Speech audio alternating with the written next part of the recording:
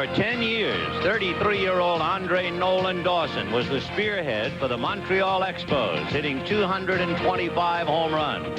Now, in his first year with the Cubs, he has 20 home runs on this date, tied for the league lead, and leads the National League in runs batted in. Jack Clark spent 9 years with the San Francisco Giants, but he has found a home in the uniform of the St. Louis Cardinals. Clark has 17 home runs today. That's as many as the Cardinals had on this date, all of 1986. So two fellows who have changed uniforms and are thriving by it. Andre Dawson leading the Cubs. Jack Clark and the Cardinals will go head-to-head today on the Game of the Week.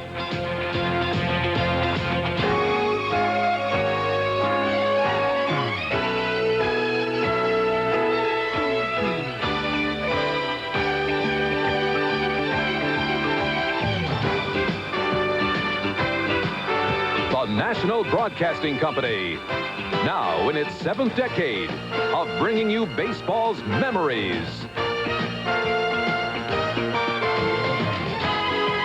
Baseball's milestones. Baseball's majesty. And baseball's magical moments.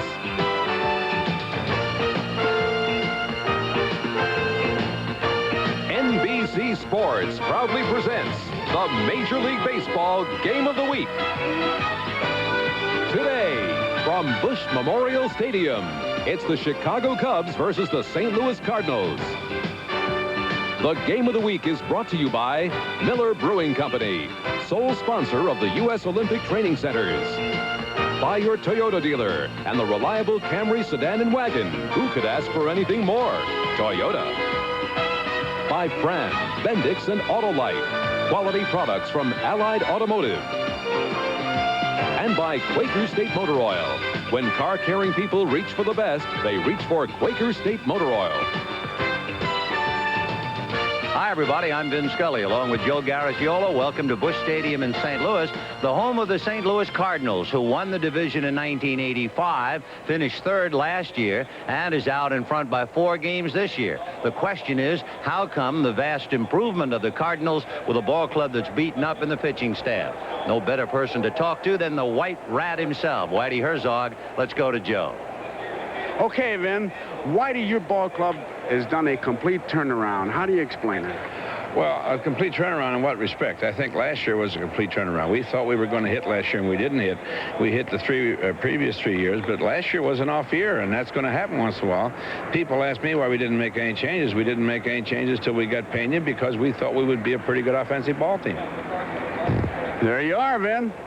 Well, let's face it, Whitey Herzog is locked in goal solid in St. Louis. But if you talk to baseball people at the start of the year, the first manager they thought who would be fired would be Gene Michael of the Chicago Cubs. And yet, thanks to Andre Dawson and other moves that he has made, the Cubs are in second place doggedly on the heels of the St. Louis Cardinals. What has Gene done? What about the Cubbies of '87? Let's go back to Joe.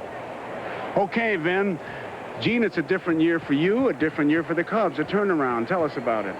Well, I think we're better defensively in the outfield. I think our pitching is a little better. Our theories on pitching are a little bit better for our ball club. Our road record is better. We're better running the ball down the AstroTurf. And, of course, we have Andre Dawson with us now. That's a big difference. That's a big difference. Andre's just done everything for us with the bat, with the glove and arm and everything else. He's a good influence also. Can make a guy a pretty smart manager, can he? Right, he's helped me a lot. Okay, Vin. So in the burnout of the champion New York Mets of 1987, it's the St. Louis Cardinals and the Chicago Cubs. They're taking advantage of the Mets' discomfort. However, we still have a long way to go. We have a long afternoon to go, too, and we'll have the starting lineups and more, all coming up right after this.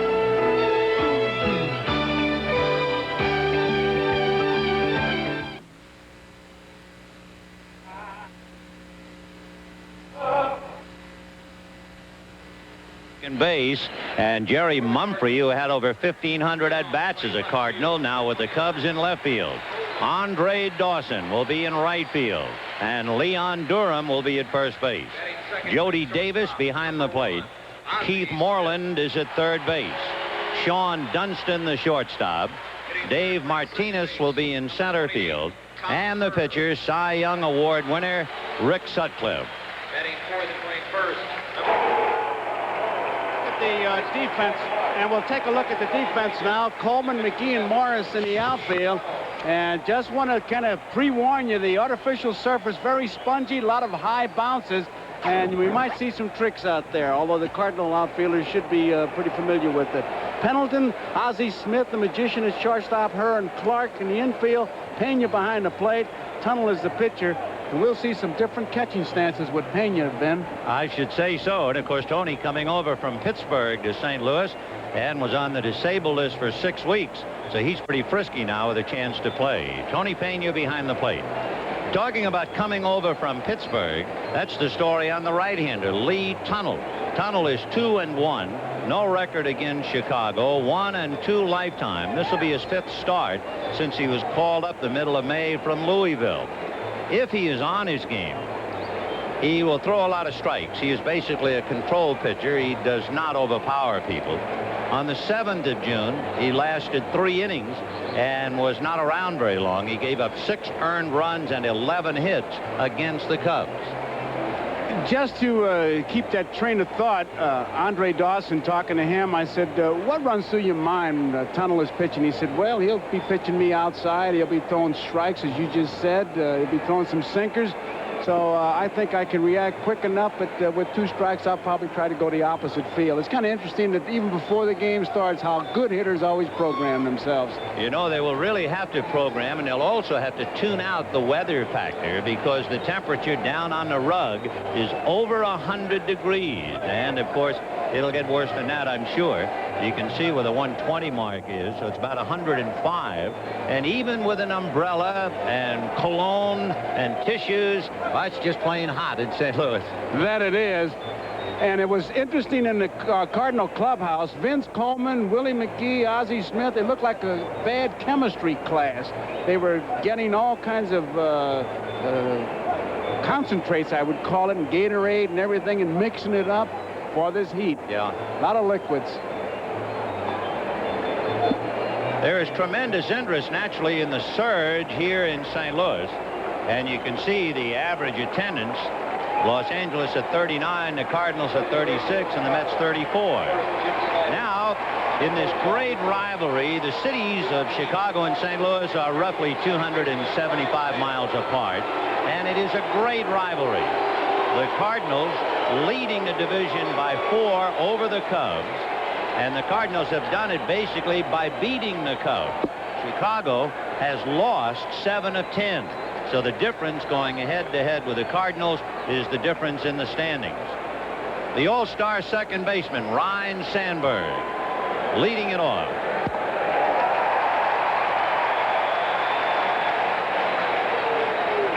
Sandberg, a hot hitter for better than 2 weeks now, hitting .313. And when he gets on, he scores. He's averaged a run a game for better than 2 weeks. 1-1. And talking about catching stances, there you see it. Tony Pena looks like a bad ad for a chiropractor when he gets down there. He really gives a low target. Look at this. Little roller up along third, foul, and the count 1-2. For the Cubs, and they're fully aware of it, they have lost 2 straight. The Cubs are the only team in the National League this year not to have lost 3 straight. And Gene Michael has Sutcliffe out there today to try and make sure they don't do it today. The only team in the American League that hasn't lost 3 in a row, the blazing hot Toronto Blue Jays, who have won 10 straight. And that takes care of Sandberg. And that's exactly where Tunnel has to pitch to be effective. And look where this 2-strike pitch is. Pena sets up outside, and he just nails it right there. Perfect pitch. So we have 1 away in the first inning. Sandberg goes back to the shelter of the dugout. And the batter will be Jerry Mumphrey. Mumphrey, a switch hitter who had over 1,500 at-bats as a Cardinal. Hits it foul down the left field line, out of play. 0-1. Mumphrey, at least to the eye, would appear to be a bigger man than in those days with St. Louis. And one big difference, he used to be a blazing threat on the baselines, but no longer. He whacks it to right field. John Morris, a full turn to make the catch. Now that's a big league outfielder's play. Well, that ball was sinking. He thought it was over his head, and he was going to play it close to the warning track. And watch him make the complete turn. He's already made it by our picture, and he did make a big league play. It was a sinking line drive, but he made a complete turn. You can understand now why Whitey Herzog inserts John Morris in the outfield for defensive purposes late in the game. That was a hooking, sinking line drive, and he stayed with it. So 2 down, and now here's the Chicago story so far. Andre Dawson. There's not very much you could say about Andre now that hasn't already been said. An incredible start of the year. Little roller to third. Pendleton at the bag, and he has the arm to get him. So the Cubs are out in order, 1, 2, 3. And at the end of half an inning, Cubs nothing, Cardinals coming up. Here are the Cardinals offensively. Vince Coleman, followed by Ozzie Smith and Tommy Herr. Jack Clark with Willie McGee and Terry Pendleton. John Morris, Tony Pena, and then Lee Tunnell. And on the mound, an 8-game winner, Rick Sutcliffe. He was the first in the National League to win 5, first to win 6, first to win 7, first to win 8, trying to become the first National League pitcher to win 9. Brett Saberhagen over in the American League is 11-1. Sutcliffe, the Cy Young winner in 1984. That year, he didn't win his 9th until the middle of July. And the amazing Vince Coleman. Boy, what a spearhead he is. Coleman, a 9-game hitting streak, has been on base by hit or walk in each of the last 41 straight. Comebacker.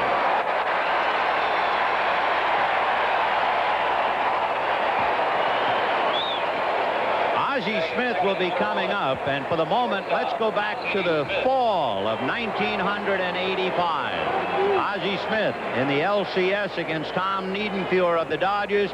He shocked everybody in the baseball world with a home run. Ozzie has not hit a home run since. Well over 700 at-bats since that fateful day that sent Niedenfuhr and the Dodgers to the deck. Ball 1 to Ozzie Smith. Ozzie, a remarkable player for many, many reasons. You immediately think of his glove. But he also has timely base hits. Little slap foul down the left field line.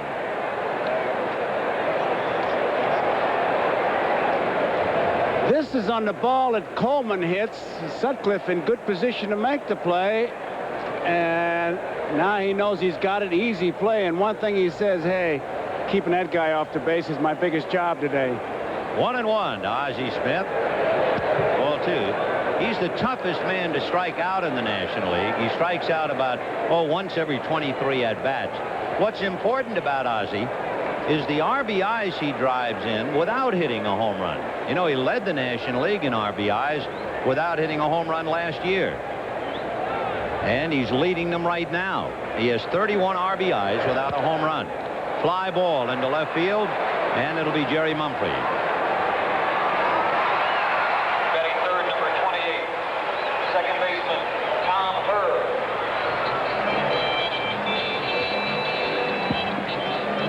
There is the defense. Mumphrey, Martinez, and Dawson. That's one of the things Gene Michael talked about. He needs speed in the outfield with the artificial surface.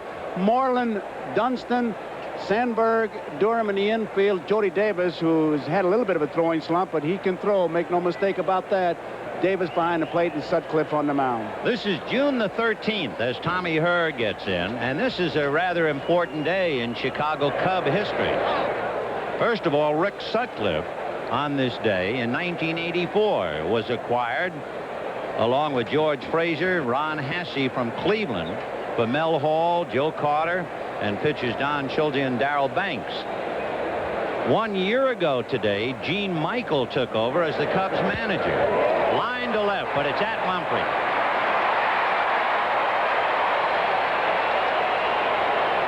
So the Cardinals fail to score, and at the end of an inning, the Cubs nothing and the Cardinals nothing.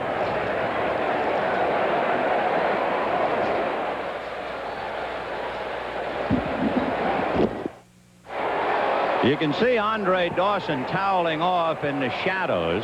Up at home plate, Leon Durham. Andre Dawson will be 33 in July. The Cubs were leading the Astros 11-1. And look at this play. And they got his philosophy on how to play as Durham takes a strike.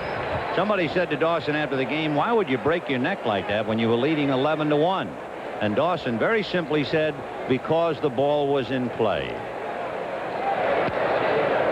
Leon hitting .303. The hitters certainly helped out the pitchers in the first inning. In this heat, no one was thinking about it. Tunnel retired the side on 7 pitches. Sutcliffe used only 8. In there, 1-2. Lee Tunnel, 2-1 with the league. No record with the Cubs. 1-2 lifetime from his days with Pittsburgh.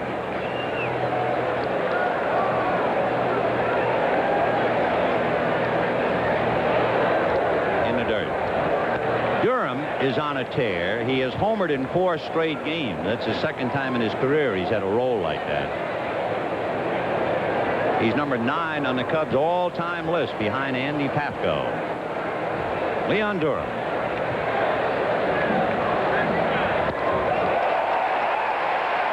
So Lee Tunnel picks up his second strikeout. He has retired 4 in a row. And the batter now will be Jody Davis. Looked like a real good fastball. That Tunnel turned loose right there. He kind of slid it away from him. Durham had a good cut, just didn't connect.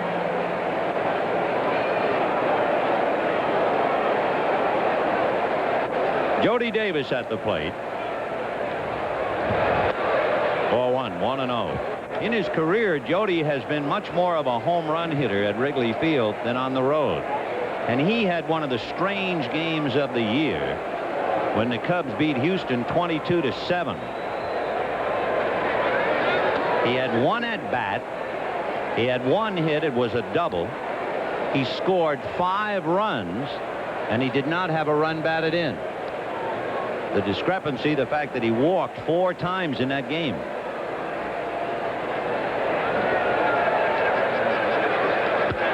He hits a fly ball to center. Willie McGee. 2 down.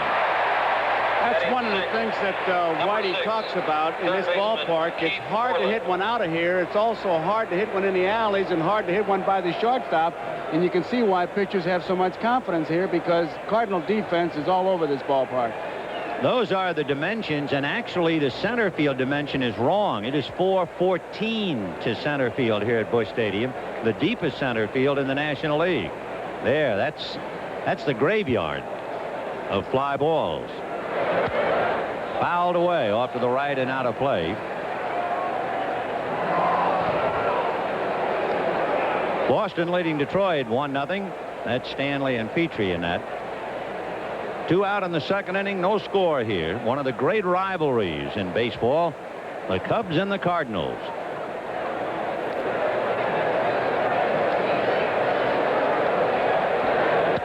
Ground ball to shortstop, the Wizard of Oz, and that's that.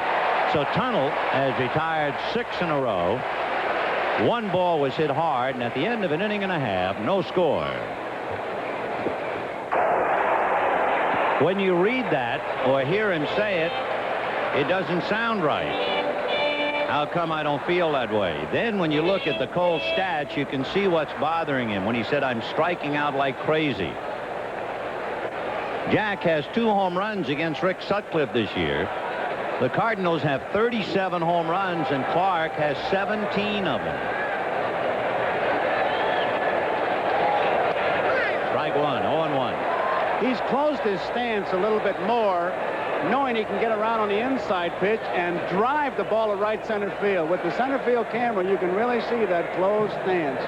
He also said because of closing it, that's one reason why he thinks he has been striking out a lot. Hits a breaking ball foul. The most strikeouts for Clark in year 95, so he's well on his way to that.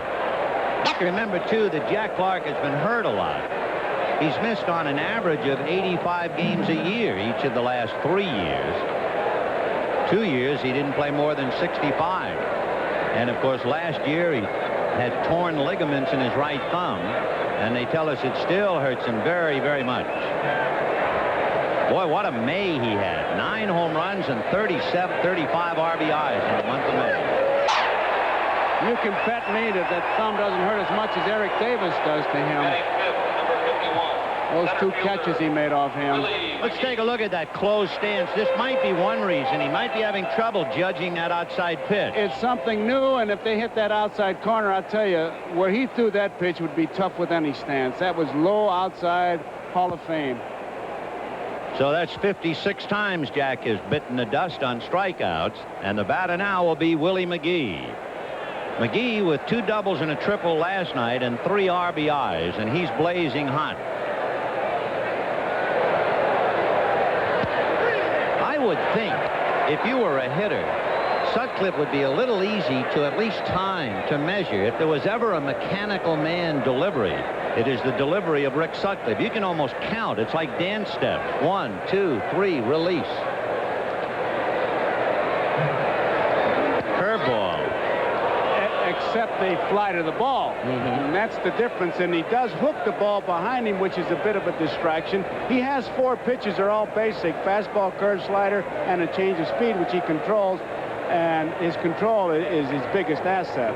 1 ball, 1 strike, and 1 out to McGee. No score in the second inning. Slap foul down the line. This is a very important series, particularly for the Cubs.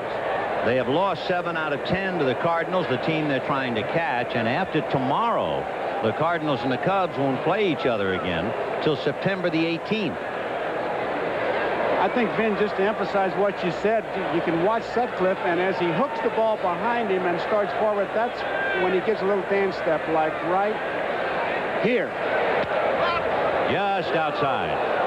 To use the parlance of the trade, hooking the ball. Watch the way Rick bends the arm. Right behind him. Right there. Right there. Now, he'll kind of jump at you a little bit here. Right there. And that's the timing device for the body. But again, and then the speed of the pitch is the thing that gets you as he just shakes off the sign. 2 balls, 2 strikes. Just did get a piece of that to foul it off, so it's still 2-2. That's the thing McGee did last year, was chase that bad ball out of the zone. This one's about on the ground. It's a curveball. Look at here. He just did get it, too. So McGee is still alive at the plate. Last year, by the middle of September, it was odd for him. His slugging average was lower than the batting average of 85. That's the kind of a year he had in the championship year of 85, and he would appear to be back on that kind of a beam again. Got him, and he just blew it by him. 2 strikeouts for Rick Sutcliffe. Kerry Pendleton coming up. Sutcliffe's high in strikeouts this year. He struck out 7, and he's done that 4 times. So with 2 out in the second inning, now he'll take a shot at Kerry Pendleton. Pendleton in May had a 19-game hitting streak. He's hit 9 of his last 11. He has been playing great ball.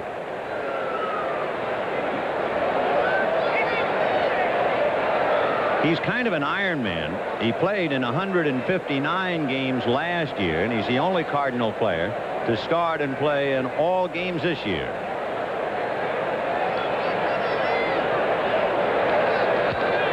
Ball 1. I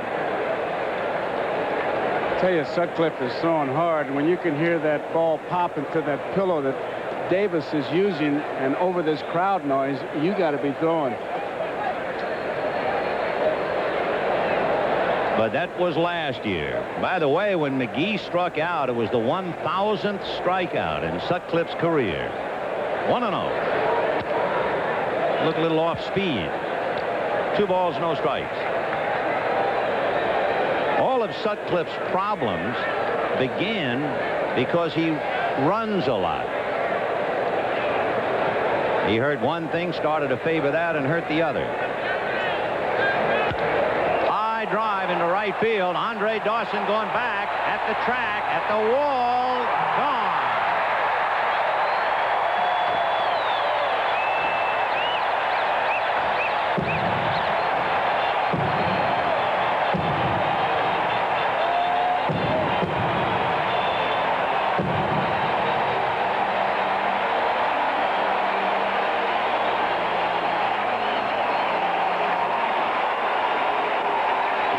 That is Terry Pendleton's 4th home run of the year, and the 2nd that he has hit as a left-handed batter.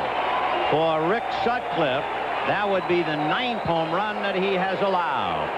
You just saw the swing. It was a high curveball, and you get that curveball that high, you're really asking for it. And if there was ever a classic picture of a batter hitting a pitcher's mistake, there you saw it. So Terry Pendleton gets the Cardinals out in front 1-0. And the pitch now to John Morris is low, ball 1, 1-0.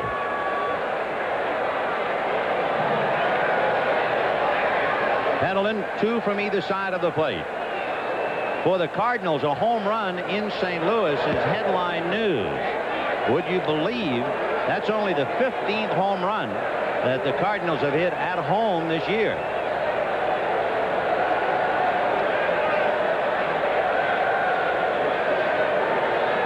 Two balls and no strikes. Hard ground ball to Sandberg. And that will take care of Morris and the Cardinals. But they get one on the home run. 1-0 St. Louis. Now we'll be right back after these messages from your local station.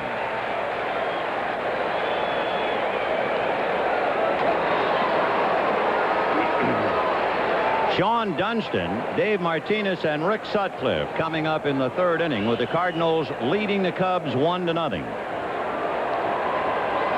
Dunston has hit in 14 of the last 17. In fact, he's hit home runs in 2 of his last 3. Sean batting .246 overall. Pendleton shortens up, plays him just about at the bag at 3rd. Breaking ball away, 0-1. That was a good hard slider. You see a ball break like that, you always think of why would a guy think that was an optical illusion? That thing really snapped. It's interesting watching Tunnel too, Joe, the way he keeps the ball outside of these hitters. That's his style. Missed. It is not only his style, but one of the many theories given as to why there are so many home runs is the fact that the pitchers today are not coming inside nearly as much as they should. I know I was told that Hal Lanier, for instance, chewed out his staff for not coming inside to hitters. And of course, it follows anytime you see a game, it seems like if the pitcher does come inside to the hitter wants to fight him. Fight him. Yeah. You know, for Fernando, that's the story on Valenzuela. They say he's not coming inside like he used to. 2 balls, 1 strike. And that's whacked into center. Base hit for Sean Dunston. It brings up the story that is not apocryphal, Dave Martinez. where Jim Leland of Pittsburgh told Jose De Leon, you're going to have to pitch inside. And De Leon said, you mean I've been traded to Houston? Well, no. But you really don't see the knockdown pitch, the way inside pitch very often at all. Dave Martinez, the left-hand hitting center fielder, coming up. He's been getting on base a lot. And in his number 8 slot, he has Dunston at first, nobody out in the 3rd. Cardinals leading the Cubs 1-0. You notice a difference in Pena's stance now. He's ready to fire and loves to throw. He'll throw at any time, but he's not sitting down and all tied up in the figure 4 like he is with no one on base.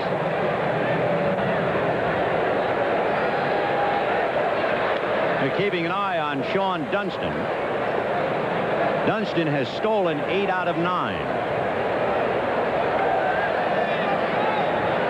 1-0. Dunston faking off the bag at first, and off the rubber is Tunnel. Michael uses a theory of trying to pick a pitch and pick a situation. I mean by that, if he thinks the pitcher's going to go with a curveball, he'll run his man. And a balk. Yep, he called it. That is the 4th balk charge against Lee Tunnel. And to be honest, I think I was calling it before Jerry Crawford. You could see it all the way. Left shoulder. That was a blatant balk. That should be a BB. Yep. Tunnel in trying to hold a man on. If you watch him, he just didn't stop. He didn't do anything. His shoulder just came right around. He just Saw him looking all the way. A 1 ball and no strikes to Martinez. The tying run is now at second base. Cardinals leading 1-0 Watch in him, the he third. just goes right into it. Whoop, right there.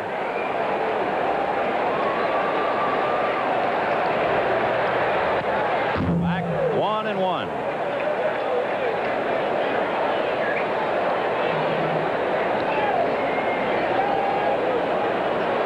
You know, on May the 6th of this year, the Cardinals and the Cubs had a West Coast trip. At the time, they were only a half a game apart.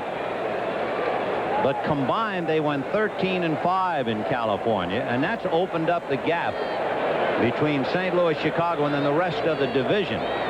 When they came home, the Cubs swept Houston, and the Cardinals swept Cincinnati. That put them out in front, and since that time, the Cardinals now have opened it up to 4 games. 1-1 to Dave Martinez.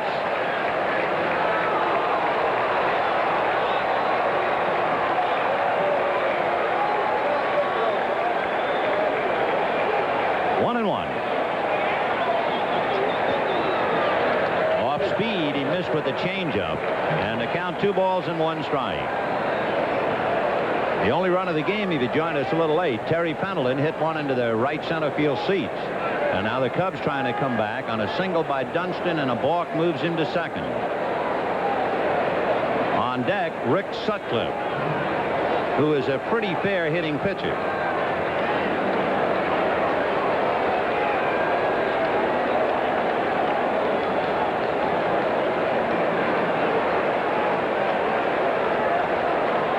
Now Tunnel wants to talk to Pena, so we have some time out.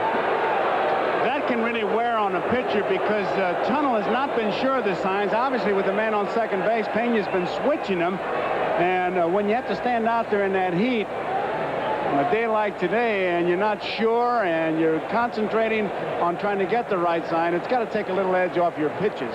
And that's what you don't want to do, and that's what Pena went out there to do, is to simplify it and get it going.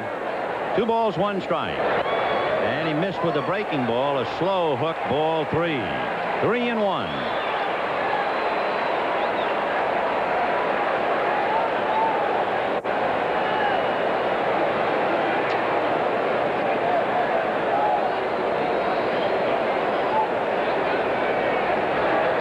And there's a shot up the middle, base hit. Here comes Dunston to score to tie it up, 1-1.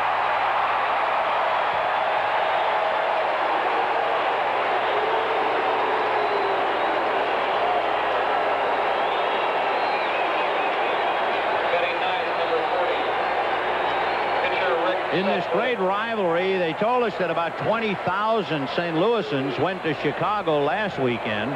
It would appear as if 20,000 Chicagoans are here today. At least 20,000. You know, we were talking about the great rivalry. Since 1900, including last night, the Cubs have won 43 more games than the Cardinals, going head-to-head. But an even better or closer rivalry, would you believe, since 1900, the Dodgers and the Cardinals, the Dodgers have won 8 more games since 1900. There goes the runner. Easy steal.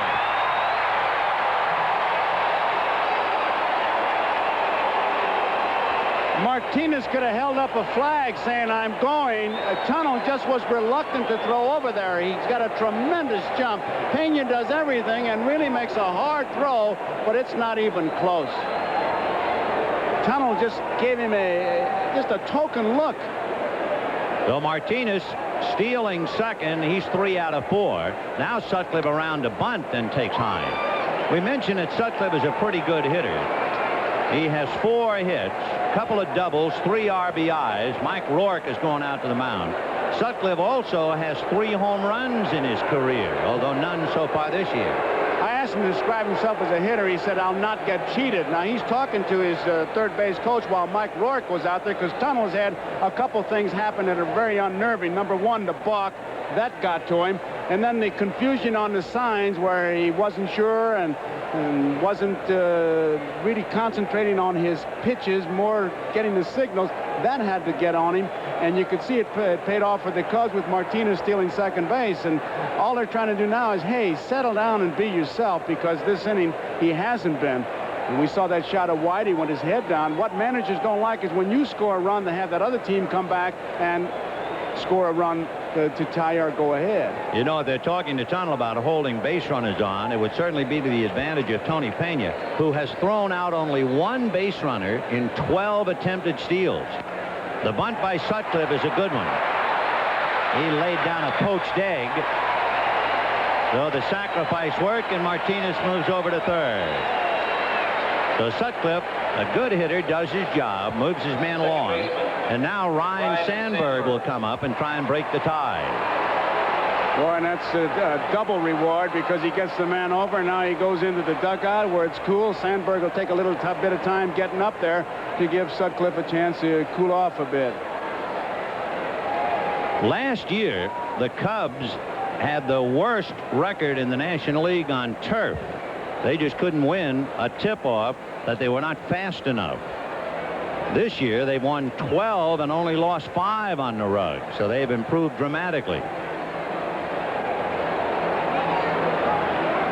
1-1, third inning. On the corner, 0-1. One out on the bunt by Sutcliffe.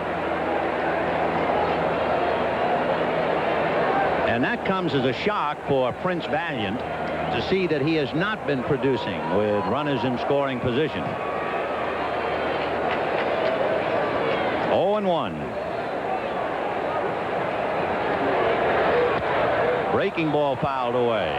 0-2. The artificial surface is what really made Gene Michael realize he didn't have any speed in the outfield. It was that drubbing they took from the Phillies. He said balls were dropping in all over. And I said to myself, hey, I got to get some speed in the outfield. And that's when he put Moreland at third base. And he's got some guys in there who take advantage of the artificial surface when they're at bat. And that's the difference in the record. Matthews not playing. Out in right field, Andre Dawson, Brian Diaz, Bob Denier, Dave Martinez, giving them that speed they needed. And you had better play well on AstroTurf if you play in the National League East. When you think about it, only the Cubs and the Mets have grass in the Eastern Division. And 36 of your 45 road games in the division will be played on turf. Therefore, if you're going to win in the National League East, you have to be fast, because you're going to play so much on the run. That's the first time he's come inside, and he missed. 2-2. First time today, and this would be the 10th hitter in the third inning. And what that pitch does is back Sandberg a little bit off the plate. It's very simple. Half the plate is to the hitter, half the plate is to the pitcher. But if the hitter crowds the plate, he takes it away from the pitcher, and you have to move him back. He's set up to go outside if he chooses. 2-2. Breaking ball hit slowly to third. Pendleton is going to first base, and he pulls Clark off the bag. Sandberg, colliding with Clark, landed heavily on the rug, and a signal from first base, and evidently he's hurting. Jimmy Snyder waving to the bench. The run is in to make it 2-1 in favor of the Cubs, but Sandberg landed awkwardly, trying to avoid a collision with Jack Clark after the high throw by Pendleton. It'll be an error charged to Pendleton. A run batted in for Sandberg, but he picks it up the hard way. And you can see the concern. Sandberg, a franchise player. Clark, when he leaped, kicked his left foot out. I just wonder if that was what nicked Sandberg. But he hit that turf very hard. Well, if we can crank up the tape machine, maybe we can see exactly what happened on the collision with Clark. Here we go. Here's the ground ball to Pendleton. He's going to make a hurried off-balance throw, jumping in the air. So it's going to be high. Now let's watch. There's Clark. There's the left knee. That's what did it. And the left foot going by. Yep.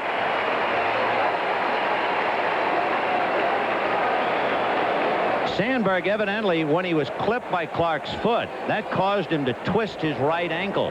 It wasn't the foot that hurt him, but it did knock him off balance. Watch. keep an eye on the right ankle. There it is. It skidded right over the top of the bag. Did you see that? That's how he hurt himself. And losing the valuable Sandberg. You know, speaking of great lines, Vin, I'd like to correct something that I've been getting credit for, but Bob Verdi of the Chicago Tribune a couple years ago said the Cubs, in describing them, were like Rush Street, a lot of singles and no action. And that was picked up in one of those books that they write with a bunch of quotes, and they gave me credit for it. And in Sports Illustrated this week, the writer, I'm sure that's where he got it, but it was Bob Verdi's line and not mine. All right, now watch the right foot of Ryne Sandberg when it hits the bag right here. Watch it now. It'll skid, turn into the dirt, and that's when he twisted the ankle. Great Boy, shot, he guys. could have broken that, and the cameraman did a great job.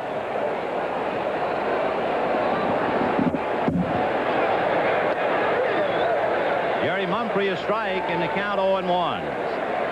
Paul Noche at first. 2 runs in for the Cubs, leading 2-1.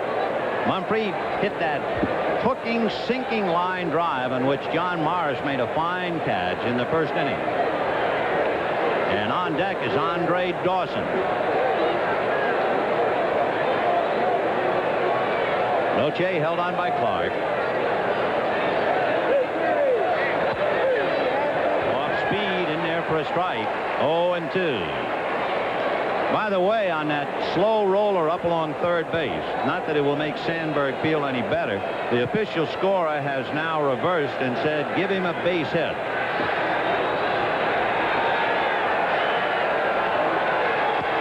High fly ball down the left field line, peeling foul, and this one will land untouched in the bullpen.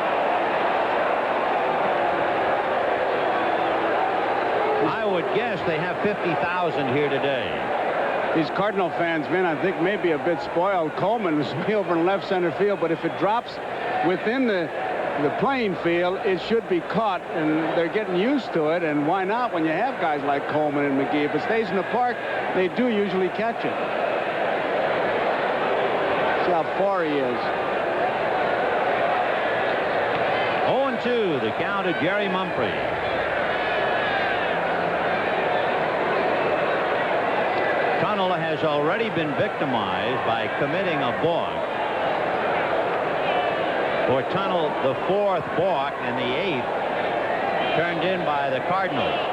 They had only 13 balks charged against them all last year. The big thing, the opponents were the ones committing the balks.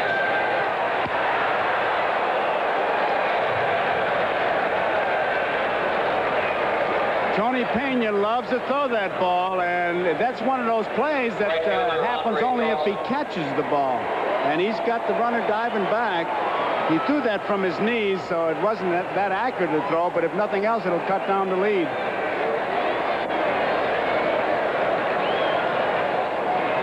So Andre Dawson coming up. The difference for Andre Dawson in playing with Chicago, he will play 114 games on the grass this year. With Montreal, he would have played only 42. He will also play 106 day games more. That's twice as many as any other team. So that's why he wanted to play so desperately in Chicago, to play on grass, play in the daytime, and his numbers certainly show you that it was a great move. Noche goes, a comeback at a Tunnel, and that's the inning. So the Cubs get 2 on 3 hits, a balk and a stolen base. The end of 2.5, 2-1 Chicago.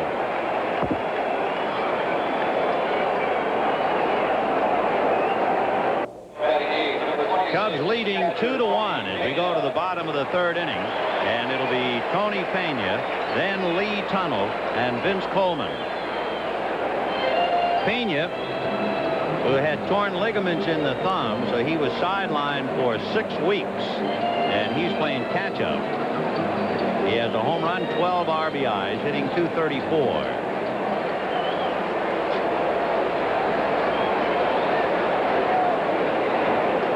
When the deal was made with Pittsburgh, a lot of people felt that the Cardinals had really gotten himself a superstar and had not dealt anybody away. But several things have happened. That's a strike. I think when the Cardinals made the deal that involved Andy Van Slyke, they felt that Jim Lindemann was going to be the right fielder, and he didn't cut it. So part of the trade already did not work. Van Slyke is playing very well for Pittsburgh. Mike LaValliere is like a gold glove for the Pirates. He is just catching great. Andy Van Slyke is playing very well. And then for good measure, Mike Dunn, the kid pitcher who went over in the deal, has won a game. So it's like any trade. It takes a long time before you can really say that one team has done better than the other. LaValliere hitting 300. Van Slyke playing a lot. Dunn was the kid who was lost in the excitement in New York. He was the acolyte the night that Dwight Gooden returned for the Mets. 1-2, the count at Tony Pena.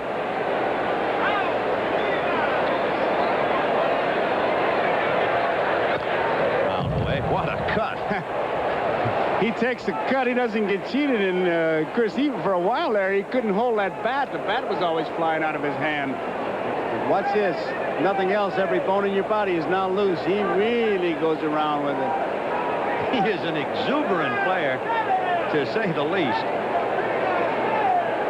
I say one thing, though. In the old days, in a small ballpark, he would now be flat on his back. Well, he just wouldn't tolerate a swing like that in a little ballpark. He could expect to be that way, yes. Yeah. He wouldn't need an invitation. He would be down. 1-2.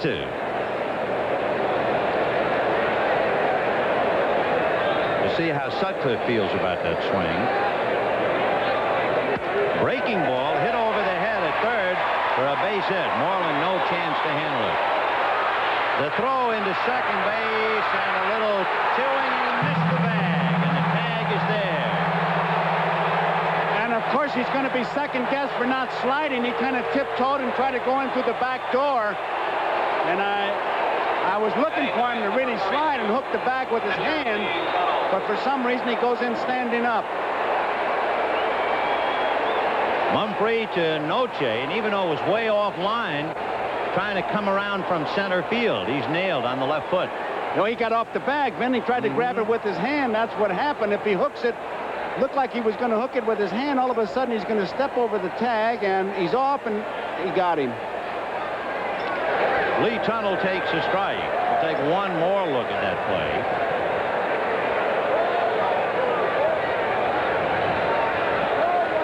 It's a good idea. Now he comes off the bag. You see him grab it with the hand. And there's a looper to right field. Noche is there. 2 down. Might just add, Ben, that Frank Lucchesi, who was the eye in the sky for the Cubs up in the press box, he just sent a note over saying that Noche can play all the infield positions. Has pretty good speed. Well, he played well, and you know, when you think about it, the fact that he had to go so far off the bag on a poor throw from Mumphrey, that probably contributed to the indecision on Pena's part. Seeing the second baseman go wide for the throw, he probably thought I didn't have to slide, and then Noche was so quick to get back after him. But I tell you, it goes back, I think, to Abner Doubleday. When in doubt, slide. Oh, and how? Well, here's Coleman. Hit back to the box in the first inning. He has hit in 9 straight. Hitting .294. And, of course, if ever a man puts heat on a pitcher, it's Coleman. Takes a strike. Coleman has stolen 40 bases and been caught 10. They have clocked him 3.2 down to first base on a bunt. Of course, that's a running start, but that's flat flying.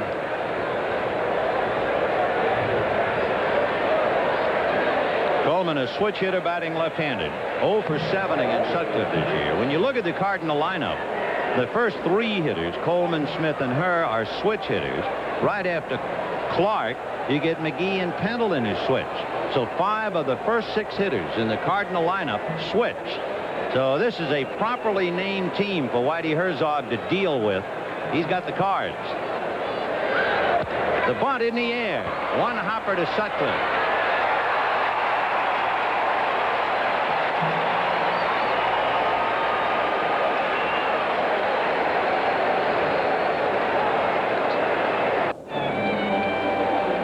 This telecast, presented by authority of Major League Baseball, may not be reproduced or retransmitted in any form without the express written consent of Major League Baseball.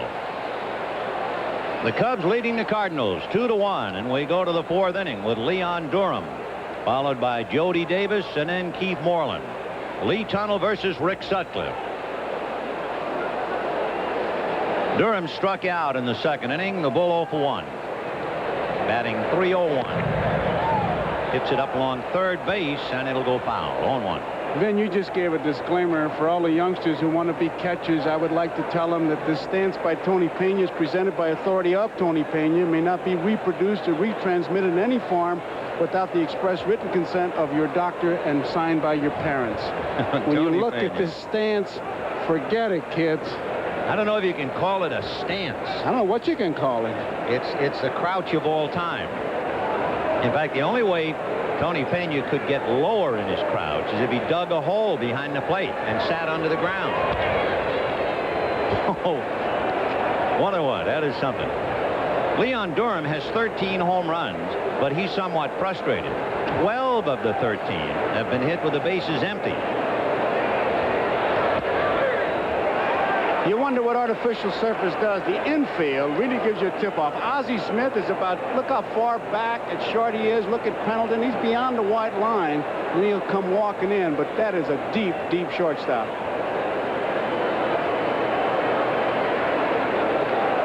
One ball, two strikes. In the dirt with the breaking ball and the count 2-2. Tunnell did not prove to be any kind of a problem for the Cubs the last time they saw him. In 3 innings, the Cubs had 11 hits and 6 runs against him. He's come out with glasses on this inning, which he did not have on the previous innings. 2-2. Ball 3. There's nothing more intimidating, Ben, to a batter than to see a pitcher take his glasses off and wipe them. Hello out there. You want to wave to him. In a night game, you want to hold up a lighter and say, I'm here. Remember what Ryan Duran used to do? Oh. 3-2. Fouled away. Duran, who wore very thick glasses and threw so very, very hard, he would usually come in and warm up and maybe make his last warm-up toss and throw it on the screen behind home plate and then kind of squint in as if to say, all right, now there's a hitter, but where is he? Very unsettling. Durham strikes out for the second time, and to Tunnell's credit, he challenged him that time. He got him away in the second inning, but this time he came in on him with a breaking ball, I believe. Looked like a hard slider at the hand. Let's see. And it started to tail.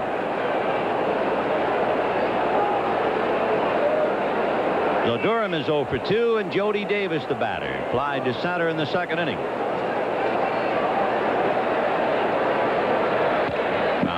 0-1.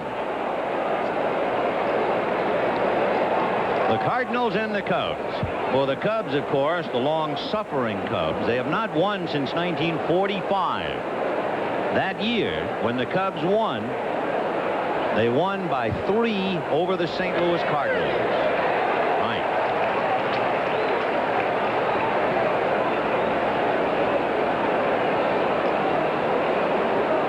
To Davis. Keith Moreland on deck. 1 out on the 4th. Cubs 2, Cardinals 1. Inside. 1-2. To join us late, Terry Pendleton homered in the second inning. The Cubs on 3 singles, a balk, and a stolen base took the lead in the third inning. We get a report on Ryne Sandberg. 1-2. Rather a preliminary report. Twisted his right ankle crossing the bag, as you saw.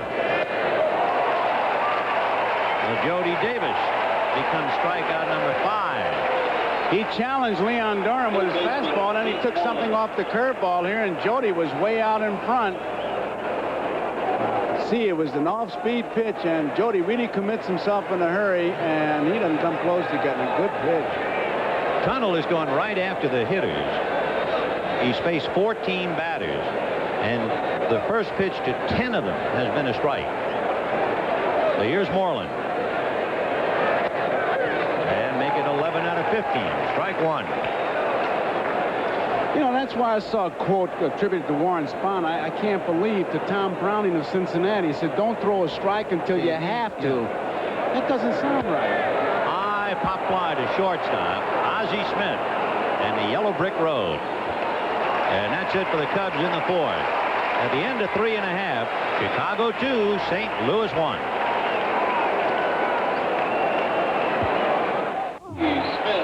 Australia will be the backdrop for this grueling test of human endurance. I hope you'll join us. Survival of the fittest tomorrow, 4:30 Eastern, 2:30 in Los Angeles. Ozzie Smith, Tommy Herr, and then Jack Clark. Sutcliffe reminding and cautioning Leon Durham, look out for the bunt. And Noche at second base. Ball 1-0. With Sutcliffe's return to form, he's 8-2. It's a great turnabout for the Cubs. Last year, they had the worst earned run average in the division. This year, they have the best earned run average in the division. Can you remember last year, Whitey Herzog said that the secret of beating the Cardinals, and it was Jerry Koosman who exposed it by throwing a lot of high fastballs. And that's what really was the downfall, making them hit the ball in the air instead of the ground ball. And I asked him, well, why aren't the guys doing it this year? 1-1. Hit foul, 1-2. And he said he went into spring training and really emphasized lay off that high fastball, make that pitcher come down and hit that ground ball on this artificial surface, because with this Cardinal club, obviously, it's run, Jackrabbit, run. Whitey Herzog, with a remarkable degree of success, wherever he goes, the attendance goes up, and I guess that's really the sign of a successful manager. In fact, in the last 5 years here in St. Louis, the Cardinals have drawn at least $2 million each year. The only other time they did that was back in the championship years of '67 and '68. And who knows, they might become the first team since the Dodgers to draw $3 million this year. 2-2. Fastball hit to short. Sean Dunston with a great arm. I love to watch him throw. One down. He got Ozzie Smith easily, but that was the typical play by the Cardinals, because the defense knows that they have to handle that ball cleanly. The least sign of a bobble, and they're on. Hit the ball on the ground and run. And again, there you see that throw by Dunston, and I mean, he's got a gun over there. Tommy Herr coming up now as we have a close-up at Sean. Herr is having a resurgence, a turnaround from last year after a brilliant 1985. Hitting .295. In there. Herr's hit in 9 of 11. He walks a lot. In fact, he's been getting on base almost every game better than the last 3 weeks. They lost him for 3 weeks. He was on the disabled list with a groin injury. Almost nicked him. 1-1. Ellis Burks hit a home run in the first inning. Boston led 1-0. Now they lead 2-1. And we understand that Bob Stanley hurt his shin and had to leave. Steve Crawford has picked up for him in the 4th inning for the Red Sox. 1-1. 1-2 to Tom Herr. Sutcliffe so far has really been doing a masterful job moving that ball in and out and changing speeds, which is really the secret of pitching when you boil it down to its simplest form. Keep that hitter off stride, and that's what he's doing. Trying to be the first National League pitcher to win 9. There is a big difference in the Sutcliffe now than of a few years ago. He throws more breaking balls now than fastballs. Ground ball up the middle, but Noche is there. 2 down. That was a little cat and mouse game with that close-up we had of Sutcliffe. He has 4 pitches, and he shook off 4 signs. So obviously he went back to the first one that Jody Davis flashed. But just to give her something to think about, he shook him around. You know, we were talking earlier about that strange at-bat that Jody Davis had. In that same game, Rick Sutcliffe was the winning pitcher. You know what his line read? 5 innings, 7 runs, 7 hits, 6 walks. Winning pitcher. One thing that has happened to Sutcliffe, when he was a Cy Young Award winner in '84, he had quite a few runs. The Cubs averaged over 5 runs a start for Rick to lean on. Last year, He had the fewest runs to lean on as a starter, only 3 runs a game, and it was reflected in the won and lost. Last year, the fellow had the most runs as a starter was Shane Rawley. He won 11 for Philadelphia. This year, the Cubs are averaging better than 6 runs a game for Sutcliffe. But of course, that's a little bit out of kilter because of the 22-run game. But it still boils down to this year. He's getting 5. Sutcliffe makes $1.8 million a year, and I understand he offered to pay $100,000 to Andre Dawson's contract to try and influence the Cubs in getting the right fielder. The offer was denied.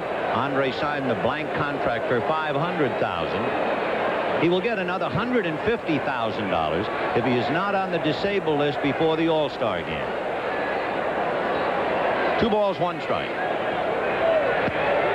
Ball 3.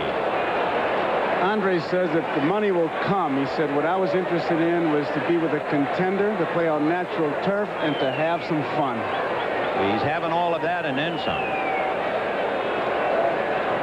When he returned to Montreal, the first game he played in Montreal, he had 6 RBIs, including 2 home runs and 3 doubles. They didn't like it, but he came back with a vengeance. He said he got more cheers in 10 minutes at Wrigley Field in 10 years in Montreal. And there's ball 4 to Jack Clark. Well, you wouldn't really have to know he's hit 2 home runs against Sutcliffe. He got the silk glove treatment that time. And here comes Willie McGee. And that's pretty much why McGee is able to drive in those runs. They pitch around Clark a little bit, and you've always got the base runners on.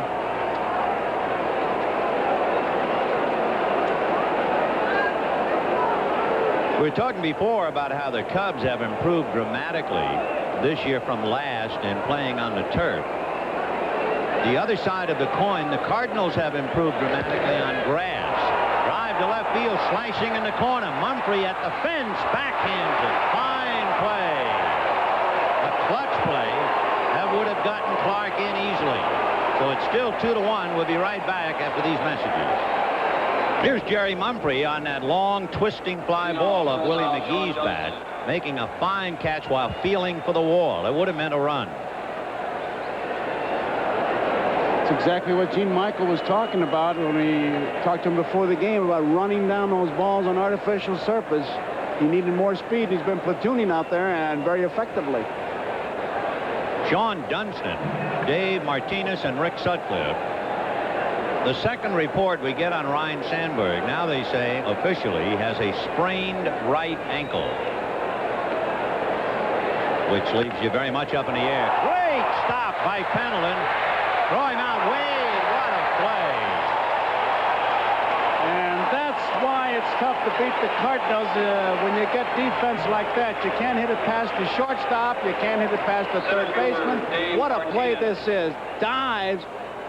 Has it, and with that strong arm. And he's the fellow then who said, if I don't get any hits, they ain't going to get any either. And he just showed them. In St. Louis, people say that Pendleton has now become the best defensive third baseman in the National League.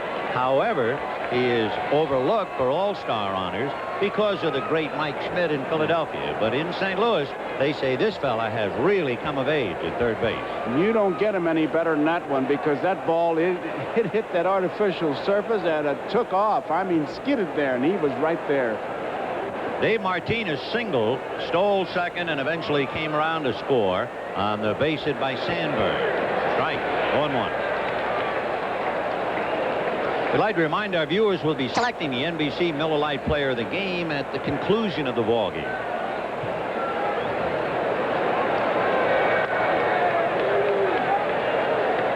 One ball, 1 strike.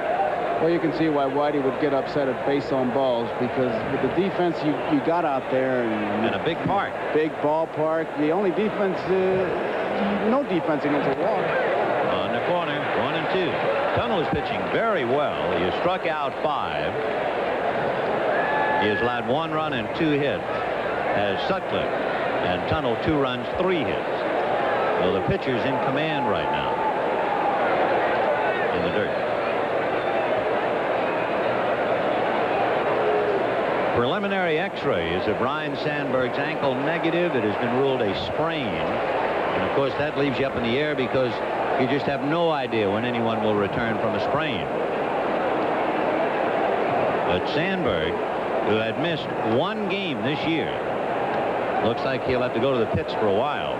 Tough blow as Billy Williams and manager Gene Michael look on. 2-2. Out away. Lee Tunnel, we mentioned, this is before he put the glasses on, obviously wearing contacts, having some problems with the heat. They were bothering him. The contacts were, and so he went back to the glasses, and just a problem now of trying to keep them dry. He wears them for night games, but today the contacts were giving him problems, so he put them on for a day game. What's that old line? It's not one thing after another. It's the same thing over and over. 2 balls, 2 strikes. Ball 3. Contact wearers tell me that the bane of their existence would be wind. So if you're wearing contact lenses, let's say at Candlestick Park, you're in a lot of trouble. But now heat and perspiration will bother you as well. There's a one-hopper at Tommy Herr. Played dead right at his belt buckle. 2 down. So Rick Sutcliffe coming up. He bunted in the 3rd inning. And the pattern continues for Lee Tunnell. He's had 17 hitters, and he's had the first strike on 13 of them.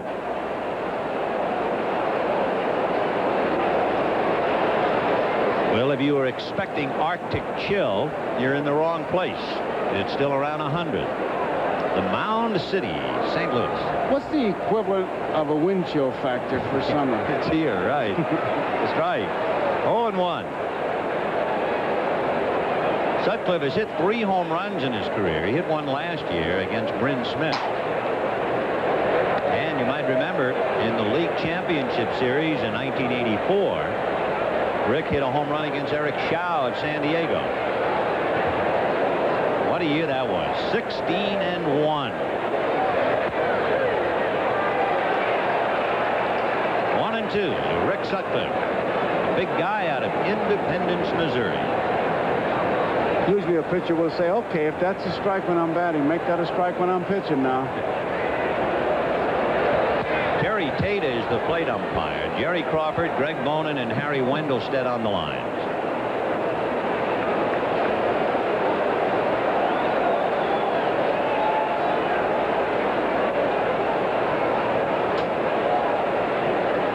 Two balls, 2 strikes, 2 out. Bases empty. 2-1 Cubs. Ground ball to short. Ozzie is there. And that's that. Tunnell sets him down. 8 in a row retired. And he's had 4 1-2-3 innings for Tunnell. 2-1 Chicago. Terry Pendleton will actually catch the line drive hit by Sean Dunston right there. But when his glove hits the ground, then it will spill out. He has to get up and throw him out, and he's capable of doing it. And as so often happens, after making a brilliant defensive play, we have him as a leadoff man. Pendleton homered in the 2nd inning. He has 4 home runs, and he's been picking on the Cubs. Followed by John Morris and then Tony Pena. By the way, Joe and I would certainly like to take a moment and send along our best wishes for a speedy recovery to left-hander Ken Daly of the Cardinals. Gosh, he has undergone so many trials and tribulations of late. Fouled away. Daly had a tendon transferred from the right forearm to the left elbow, and now he's down and out for at least 2 weeks. As you look at John Tudor, who has just returned, they just took the fiberglass cast off his leg. It points up an interesting feature about the Cardinals and some tough luck involving their pitching. 0-2. 0-1. You get back to Daly with meningitis, Joe, and they say he'll be out maybe a week or 2, huh? That's what they said, and you know, you can't help it. Really, your heart goes out to him because, like you say, he's had so many problems. So Ken, hang tough, baby. We'll see you soon, I hope. Tudor, by the way, talking to him, it's a day-to-day. He said the leg obviously is weak. The cast came off, and he's been doing leg lifts, and He'll be ready when it's ready, is the way he put it. Ground ball to the right side. Noche to Durham, one away. One out in the fifth. Let's get an update. We'll go to Marv Albert in New York. Thanks, Ben. In Detroit, our pregame guest, the red-hot Alan Trammell, whacked his 8th homer of the season, second in as many days. He's now hit in 18 straight games, leads the American League, hitting .358. Tigers and Red Sox tied at 2 in the fourth. Back to Vin and Joe. All right, Marv, bottom of the fifth, one out. John Morris, the batter. Morris grounded out in the second inning. Ball one. With the troubles of Ken Daly and looking at the sideline John Tudor, as we did a minute ago, John said he might be ready in September. We'll see. It shows you what happened to the 1985 champion Cardinals. If you remember 85, they had 3 starting pitchers that won at least 18 games. That was the first time that happened in the National League in 20 years. John Tudor, Joaquin Andujar, and Danny Cox. That was a team that never lost a lead in the 9th inning until the 6th game of the World Series. But now look at those 3 pitchers in 1987. Right. Joaquin Andujar has gone to Oakland. John Tudor suffering the freak broken leg when Barry Lyons slid into the dugout and got him. Danny Cox is 6-3, so he's still pitching well. And of course, I tell you, the fellow they really miss here in St. Louis. Good change.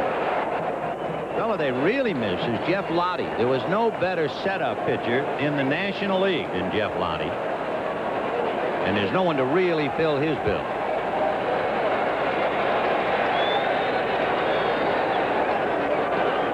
Meanwhile, the Cubs lost Steve Trout, and they tell us that he's about ready. Steve might very well pitch Tuesday night against Philadelphia. And Ron Davis, who had a hyperextended elbow, pitched well the other night. And it's reasonable to assume that Ron Davis will be back.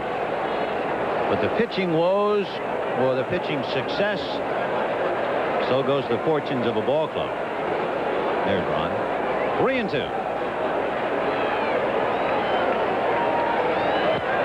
Back. I couldn't help but laugh. We finally show a picture of Ron Davis. He spits. It's almost like Pavlov's dog.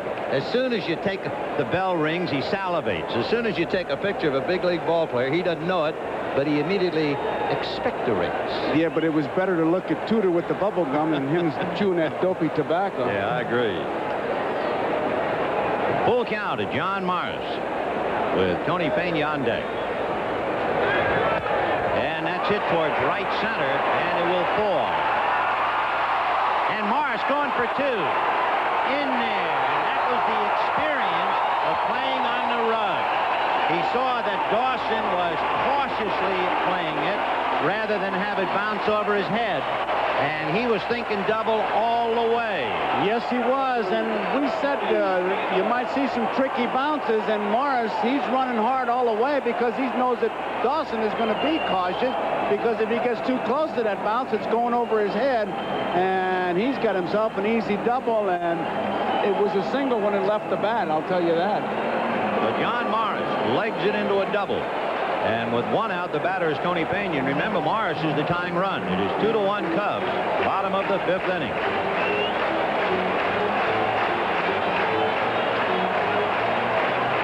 For John Morris, that's his first double of the year. Shades of Ted Kluszewski with those sleeves rolled up, Vin. A little difference in the size of the arms, though. Yeah, and how. Pena single to left in the 3rd inning, remember. Dunston breaking to the bag, so no play.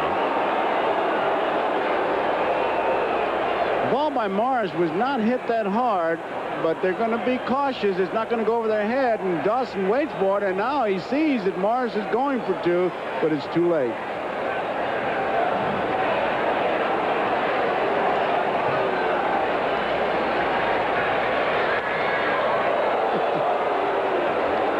One ball and no strike. Pena is one of those exuberant players. In fact, when I look at him and the way he's got his uniform ready, it reminds me of that cartoon in Peanuts, Pigpen.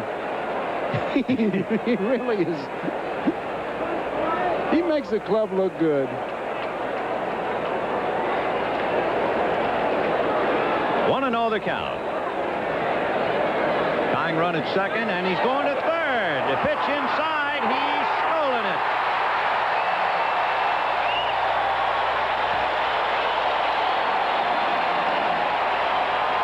They're on their own, and they take advantage of it, and Morris, doing what the Cardinals can do so well, helped to manufacture a run. He manufactured a double, and now it's really a triple because here it is, one man out, and Pena with the fly ball can drive in that big run.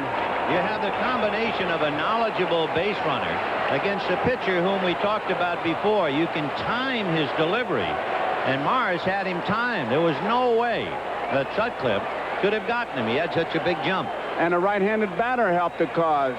Davis had to throw over him. 2-0, the count to Pena. The tying run 90 feet away. The infield is up. A bouncer, short hop and off the glove of Dunston. The run is in. That's a double play ball if Morris is at first base with a single. That's how important John Morris was here in the 5th inning. And remember, on the ball Ozzie Smith hit, we talked about that the speed of the Cardinals makes the infield and the defense think we better handle it cleanly. Even on that ball, Dunston knew he had to come up with it because Morris is running. He is not hesitating. As soon as the ball's hit, Morris is heading for the plate. And Dunston knew he had to come up with it. And going back to what you said, Vin, if Morris is safe, just satisfied with the single, it's a double play, and that's it. But they manufactured it. So we got a dandy here. 2-2, and the bunt is down but foul. 0-1. A couple of things to keep in mind about the Cardinals. We've talked about how they have turned around. Although they had a lot of base runners last year, they were able to score about 32%, just about next to last in the league. But the one thing the Cardinals have been doing, it's somewhat of an obscure stat. We're not going to bother you with numbers. Let's put it this way. The Cardinals have led the major leagues in the last 3 years, 3 straight years, in advancing runners on outs. They do that better than anybody, and it's all because of Herzog, who demands it. Out away, 0-2. The big league ball club, when you look at it, that wins, will keep the double play in order on defense. They'll stay away from it on offense, and they'll pick up a base with an out. That's it. That's the Herzog play.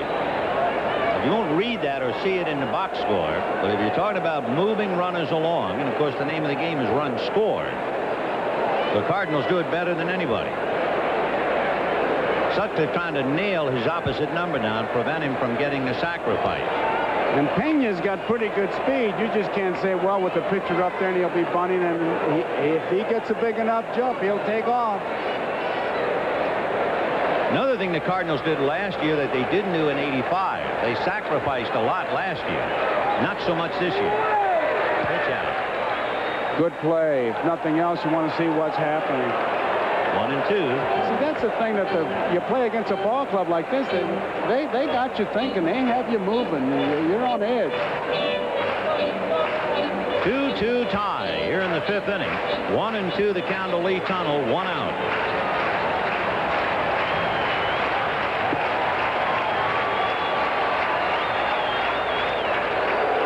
The team in the National League that sacrifices the most is a team that might surprise you. You think of them as a home run hitting ball club and a home run hitting ballpark.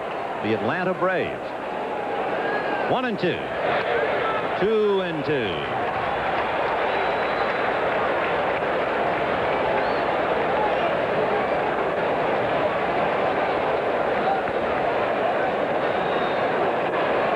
Tunnel, by the way, has sacrificed twice this year.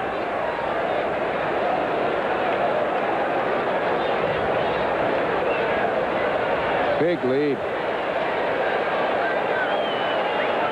Sutcliffe holding, and then backs off the rubber, trying to freeze the runner. That was a good play by Sutcliffe because I tell you, Pena had both his feet on the artificial surface, which is a big lead, and it would indicate that they might be trying to play a run and bunt or run and hit play. But Pena's getting way off.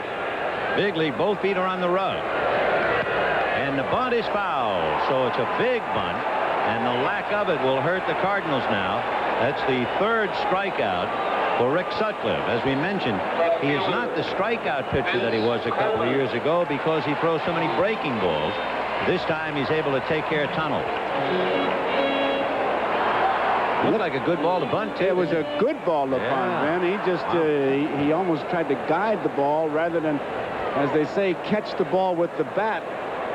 He tried to push it towards Durham, knowing that if Durham fielded it, his only play would be to first base. But well, if you want to look for the silver lining now, you're Herzog, you say, oh, well, at least Pena's at first. That means that Durham has to hold a corner on it. But let's see what that means to Vince Coleman. Coleman tried to bunt his last time up. He's 0 for 2, hitting balls back to Sutcliffe. Coleman with 40 stolen bases, 14 RBIs, hitting .293.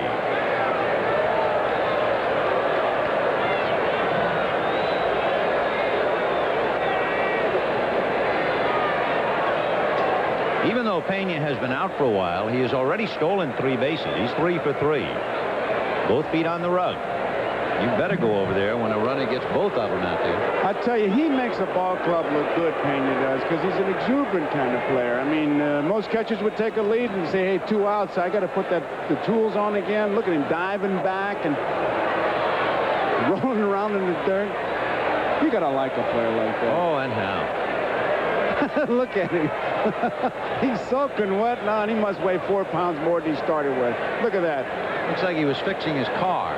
That's mud. I'd like to see him do one of those detergent commercials with that uniform. See if they could get it clean. 0-1, the count of Vince Coleman. A 2-2 tie. Fouled away, and the count 0-2.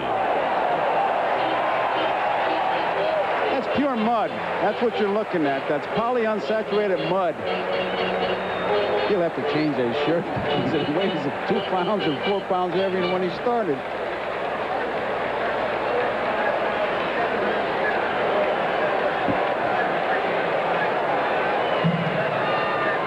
The count of Vince Coleman. A 2-2 tie in the 5th inning. And they draw another throw.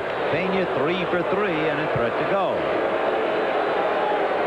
As far as Coleman's numbers are concerned,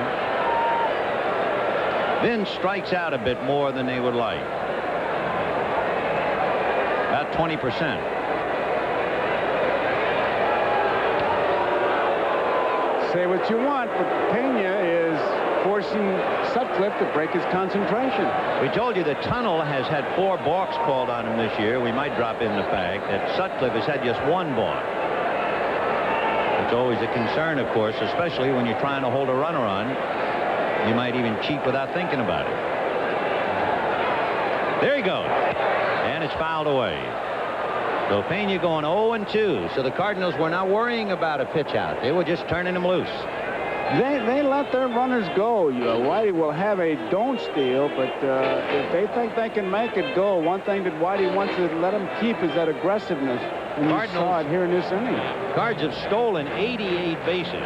They have been last in the major leagues in home runs for the last 5 years. But over that 5-year period, they're the first team in history to steal over 200 bases every year. And they're going to steal over 200 again this year. And in reality, Vinny got 2 stolen bases this inning because Morris literally stole that double. Right. Pena not going. 1-2. 2 runs, 3 hits for the Cubs. 2 runs, 4 hits for the Cardinals. Home run by Pendleton. And for the Cubs, the loss of Ryne Sandberg with a sprained right ankle on a play at first base.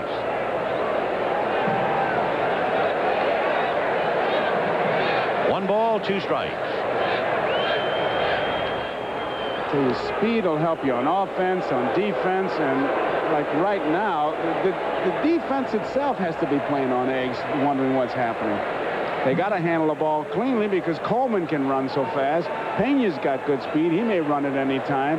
So there are all kinds of little things. It's just not grab the ball, throw the ball, catch the ball. And one good thing for the defense, Sutcliffe's been throwing strikes. And now you have deuces wild. 2 balls, 2 strikes, 2 out. The Cubs 2 and the Cardinals 2 in the 5th. And he kind of quick pitched that time. He kind of hold Pena there. Now, if you're Jody Davis, you're saying to yourself, well, you know he's going to be running 3-2 with 2 outs, so chances are he's running 2-2, and the worst, if I get him, the Cardinals will be in good shape. With Coleman leading off, that's the thinking. Close. And Pena almost caught walking. He was trying to get that walking lead. Rich Hacker coaching at first, Nick Lavo over at third. If they can get Pena to dive back 2-3 more times, he won't be able to move. 1 foot on. Not going. And time. And there's the balk. Well, we told you before, Tunnel at 4 and Sutcliffe 1, and now here's number 2. But this one will not just pass. Gene Michael is on his way out to talk to Terry Tatum. Whenever you have a running team, the balk is always involved. It's as much or more so than the home run. But I got to believe that there's been a directive or something set down to watch those pitchers a little bit more, because they are. And what they said, in any good pitching move is a half balk, whatever that means. But with Pena dancing around there, and now Michael is still arguing and wants an explanation, because obviously a big play. I can't relate it to last year. I don't have those kind of figures. But I do know that that balk that was just called against Sutcliffe is the 100th balk in the National League this year. 100. And we're early in June. Watch his hands now at the belt.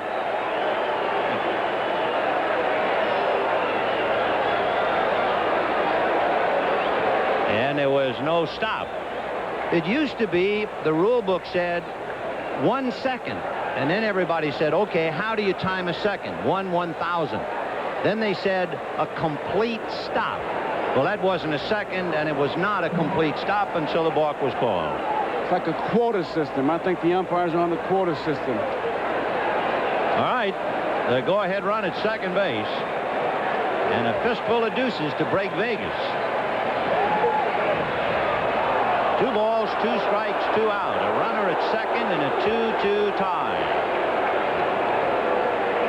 And as Sutcliffe made the turn and faked the throw, all the infielders, their heads just dropped. Like, let's get this inning over and get in out of this hot sun. 2-2. And it's a ground ball under his glove. Noche at the bag. Safe. The run to the plate scored.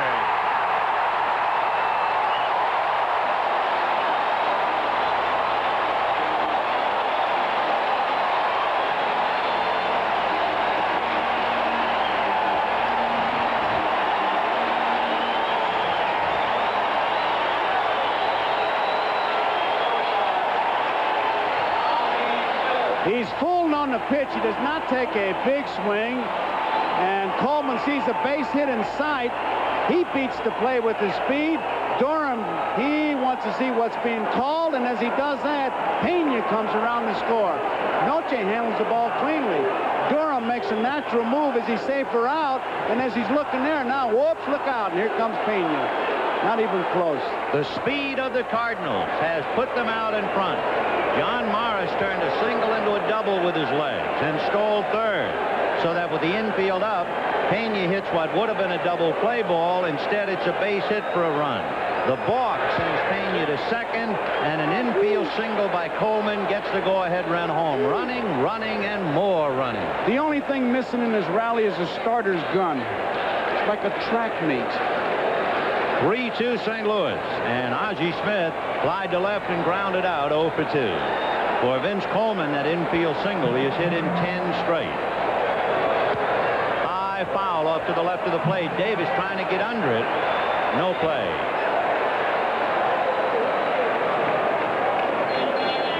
Boy, you talk about little ball. Oh, it doesn't get any smaller. This is microscopic ball here in St. Louis, and they are leading 3-2. By the way, thanks to Elliot Kalb doing some research for us, we told you that balk by Sutcliffe was the 100th. Well, that doesn't mean anything unless you can put it in perspective. Last year, in the entire year, there was 176. At the rate we're going, we'll have close to 300. So right away you say, they're really calling balks this year. Coleman wants to go, Vin. Who's going to say no to a guy who's stolen 40? Both feet on the rug. Boy, are they trying to burn Sutcliffe. And I tell you, the infield back on their heels, and you can understand it. You got to worry about the runners. You got to worry about if they hit the ball on the ground, boy, you get to spring into action. 1-2. There he stopped. He was going. He got a bad jump. He threw his left foot there. He was trying to dig it in, and Sutcliffe kind of quick pitched it, but he wanted to go. You can see him smiling. He had it all going. Jody would have gotten him, though. 2-2 to Ozzie Smith. 3-2 St. Louis in the fifth. For the Cubs in the sixth, excuse me, Joe, Noche, Mumphrey, and Dawson do up. He's got him measured. He's got him measured. Coleman is hoping that he can go on his pitch because he's got him measured.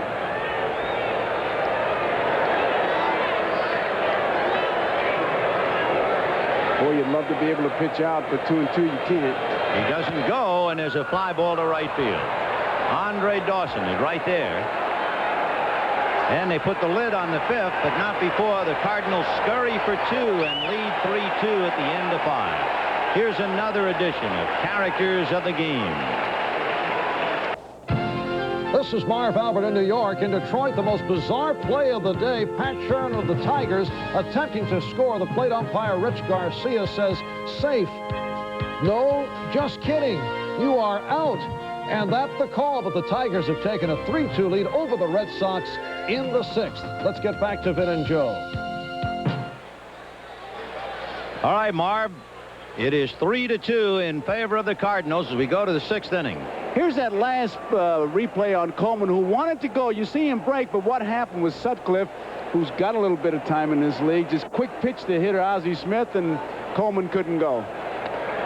That's one of the rare times today where Lee Tunnell has missed with the first pitch. 14 of the 18 batters, that first pitch has been a strike, but not this time to Paul Noche. Noche from San Francisco, lives in San Mateo, and hits a one-hopper backhanded by Ozzie Smith to get him. You can play deep. The ball gets out to you a little quicker, but as deep as he was, nice one-hopper and easy out. Left fielder Jerry Mumphrey. The left fielder Jerry Mumphrey will be coming up. Flied to right and struck out. Mumphrey 0 for 2.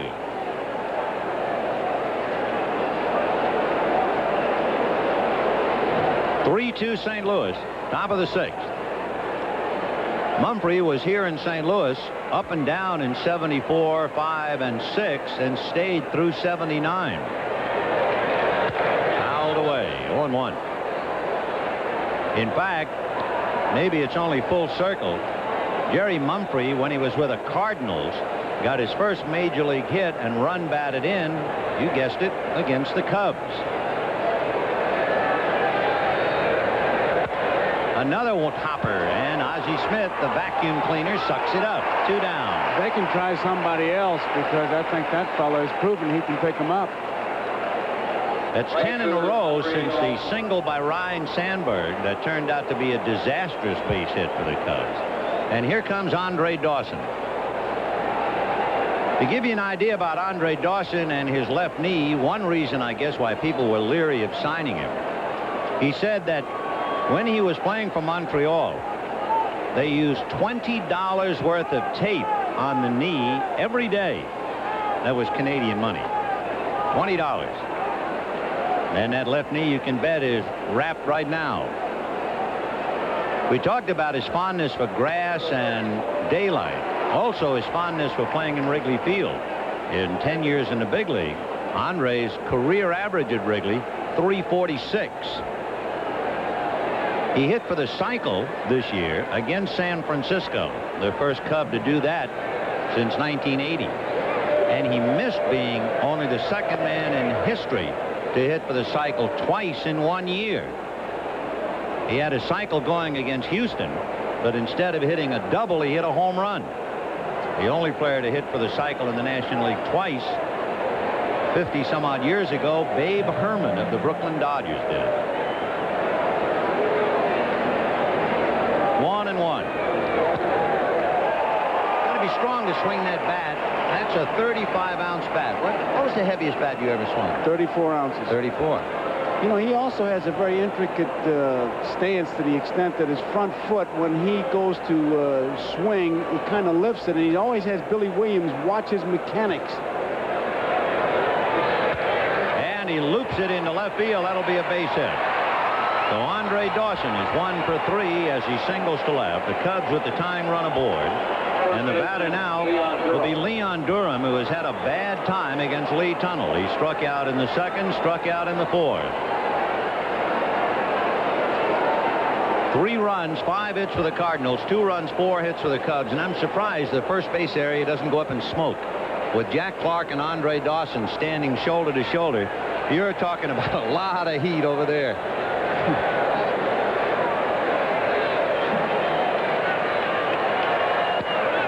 Ball 1-0 to Leon Durham. Remember, we told you he hasn't been hitting home runs with anybody on base. With his 13, 12 of them have come against right-hand pitchers. Cardinals trying to get a 5-game lead over the Cubs. The Cubs trying to cut it to 3. Remember, the Cubs have not lost 3 straight this year. The only team in the National League not to have done that. The fact that Pena is down on his knees doesn't mean that he's not going to throw, and he's got Dawson scampering back. Tony Pena is the Toulouse-Lautrec of baseball.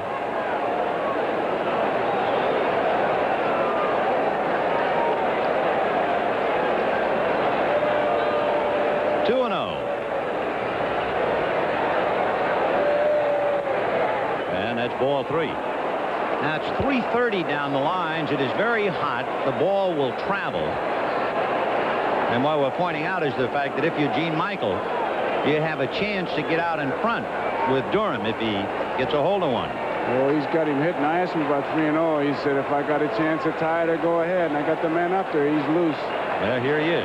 3 balls, no strikes. And it's outside. He wasn't going to get a pitch he could handle. So 2 on with 2 out. And the batter will be Jody Davis. By the way, that is the first walk given up by Lee Tunnell. His control has been magnificent up to here. So the Cubs were down 1-0 and came up with 2 in the third. The Cardinals ran their way with 2 in the fifth to take the lead. And the Cubs now with Dawson at second, Durham at first, and Davis at the plate. Interesting conversation. Ozzie Smith called Pena out to the mound, and Ozzie Smith was taking charge. He was chairman of the board out there, and whatever he had to say, he was pretty emphatic in telling Tony Pena. And obviously, it would be how to pitch to Jody Davis. You got 2 men out, you worry about him. So Jody Davis at the plate. Jody hitting .262. Flied to center and struck out.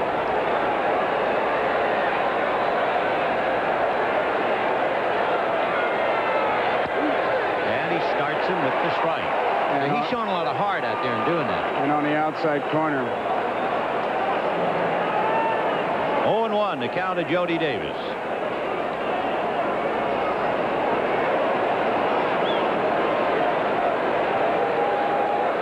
On deck, another right-hand hitter, Keith Moreland.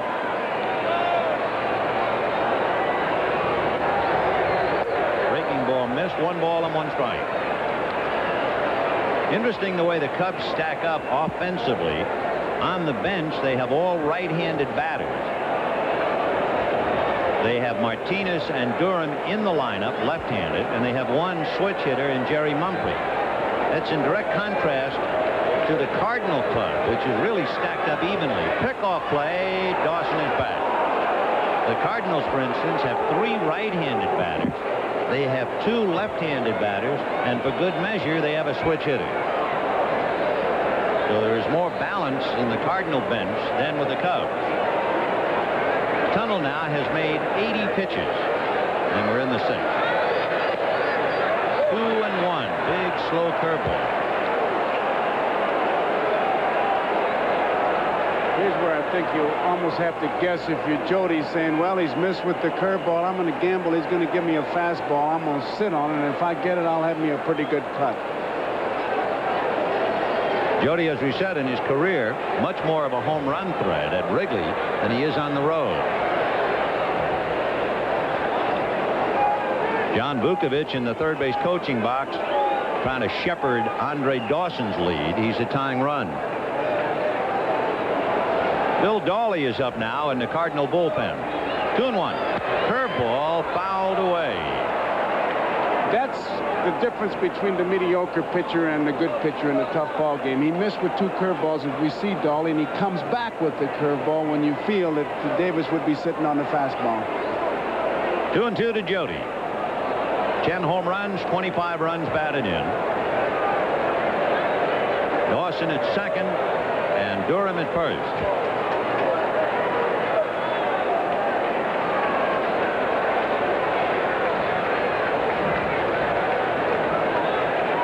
This is wild on Judah. Curveball lifted foul off first and out of play. 4 in a row, Vim. Well, if you're a catcher, maybe he's starting to think of something. How many times is Pena going to call curveball? Well, he's definitely thinking that now, guarantee you, because with the 2 that he missed, you thought he was going to go to the fastball. He didn't. Threw it for a strike, threw the last one for a strike. Well, it's the old story. He better be looking fastball. You can adjust on the curve, but you can't do it the other way around. That's right. And Tunnel doesn't want to go 3-2, so this ought to be the best thing he has in the store right now. 2 balls, 2 strikes, with 2 on and 2 out, 3-2 St. Louis.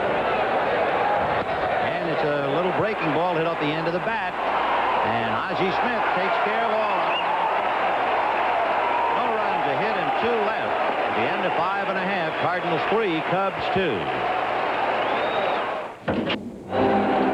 The Cardinals and the Cubs, one of the great rivalries in all of baseball. You played for the Cardinals. When I say Cardinal-Cub rivalry, what comes to mind, Joe? 1949. We've had 3 games to play, 3-game lead, 6 to play. Played Pittsburgh last, played the Cubs. The Cubs knocked us out of the pennant. 1949. Okay. Nice rivalry. Yeah, and how, I should say. Well, let's take a look and find out what's going on here at Busch. For the Cardinals, leading 3-2, Tommy Herr, Jack Clark, and Willie McGee.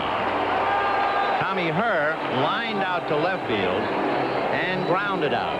So Tommy 0 for 2. Big crowd enjoying every minute of it, as well they should. It's a good one. Then while Mumphrey's running out to left field, don't want to overlook that piece of pitching by Tunnel. 5 curveballs in the jam. It'll not show up in the box score, but that was a great piece of pitching. Yeah, and even Jody Davis would grudgingly have to admit he hit that slow curveball at the end of the bat for the last out. So Tommy Herr hitting .293 at the plate. Now let's see if Jody calls for a curve. Nope. 1 ball and no strikes. Tommy Herr had a magnificent 1985 and then a somewhat dismal 1986, showing signs of coming back.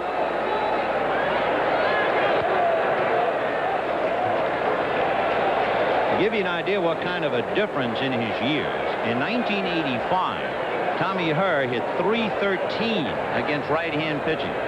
You know what he hit against right-hand pitching last year? .212. 100 points less.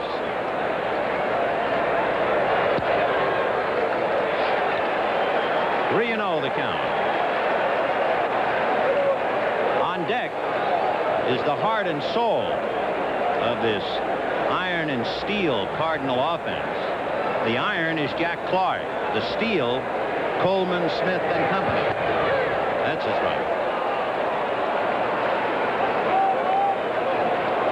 Well, the Tigers, spotting the Sox a run in the first inning, have caught them 3-3 in the 6th inning.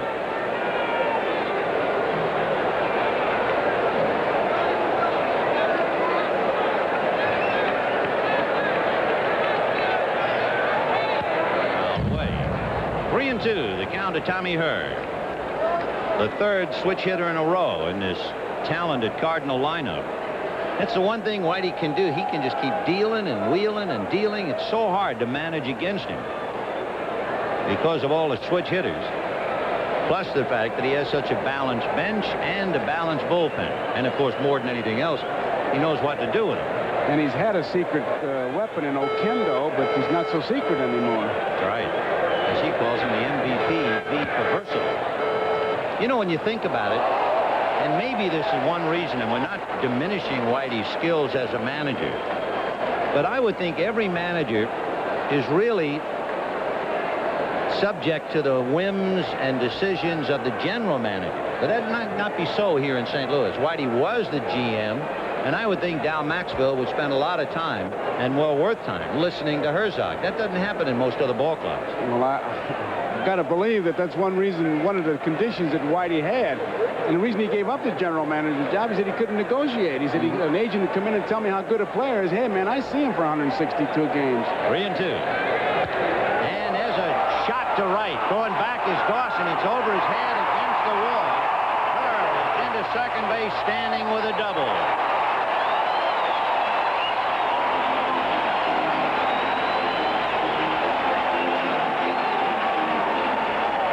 First baseman, Jack Clark.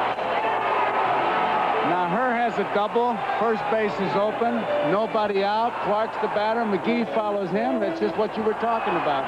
And what do? Even if you get somebody up in the bullpen, McGee on behind Clark switches, then comes Pendleton, and he switches. The Cubs have 3 right-hand pitchers: Ed Lynch, Dickie Knowles, and Lee Smith in the pen. The Sutcliffe backed up by Dickie Knowles in the pen. And here is Clark. Struck out and walked. 0 for 1. Jack hitting .317. Whitey says about Jack Clark that there aren't many players that can generate the bat speed that he does. And when he gets his Jack Clark swing, you'll know exactly what Whitey means. Well, to paraphrase the picture again, he really is the nucleus of this atomic attack they have here. The neutrons are all the guys running around him, but he is the heartbeat, the power. Fastball missed. Ball 2. There's only a couple of them. Mike Schmidt of Philadelphia, Jack Clark, where, I mean, they can win it for you with one swing. Jack Clark was on the San Francisco All-Dream Teal as the right fielder back in 1982. And he's given the Giants and other clubs in the league nightmares now. 2-0 the count. Clark with almost half of the Cardinal home run.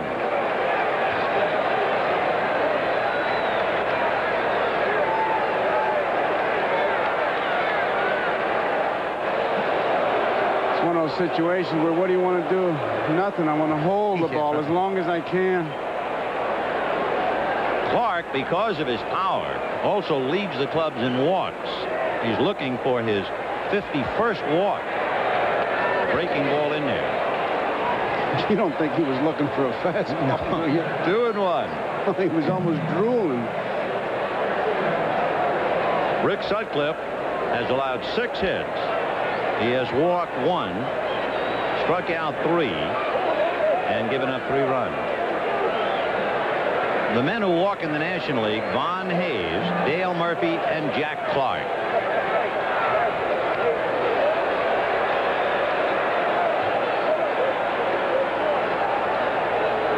Cardinals 3 runs, 6 hits, no errors. Cubs 2 runs, 4 hits, and no errors. Cardinals led 1-0. Cubs led 2-1. But now the Cardinals back up on top and trying to get some more.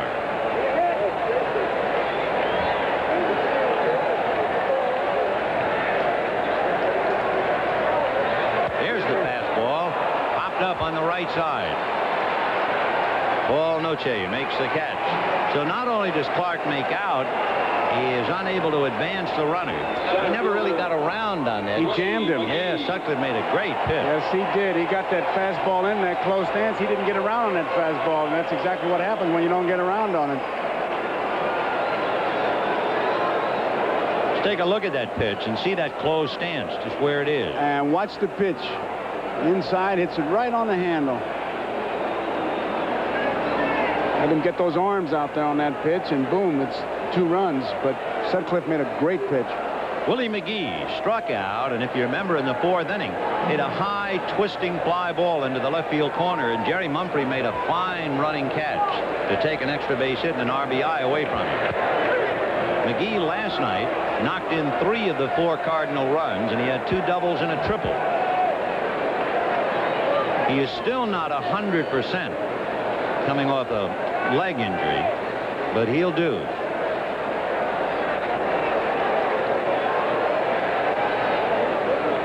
1985, remember, he led the National League in hitting. And then gave back almost 100 points in batting last year. In this heat, and with Sutcliffe working so hard, when you look at the Cubs in the 7th, Moreland, Dunston, Martinez, and then Sutcliffe is due up 4th. So they might be thinking about a hitter for him as well. He's made 90 pitches.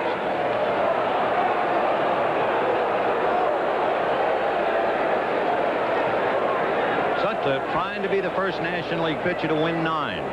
Trying to prevent the Cubs from losing 3 straight for the first time this year. Line drive, base hit to right.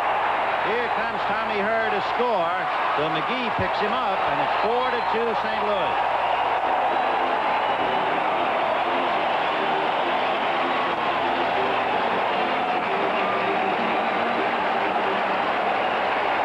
Third baseman, Terry Pendleton.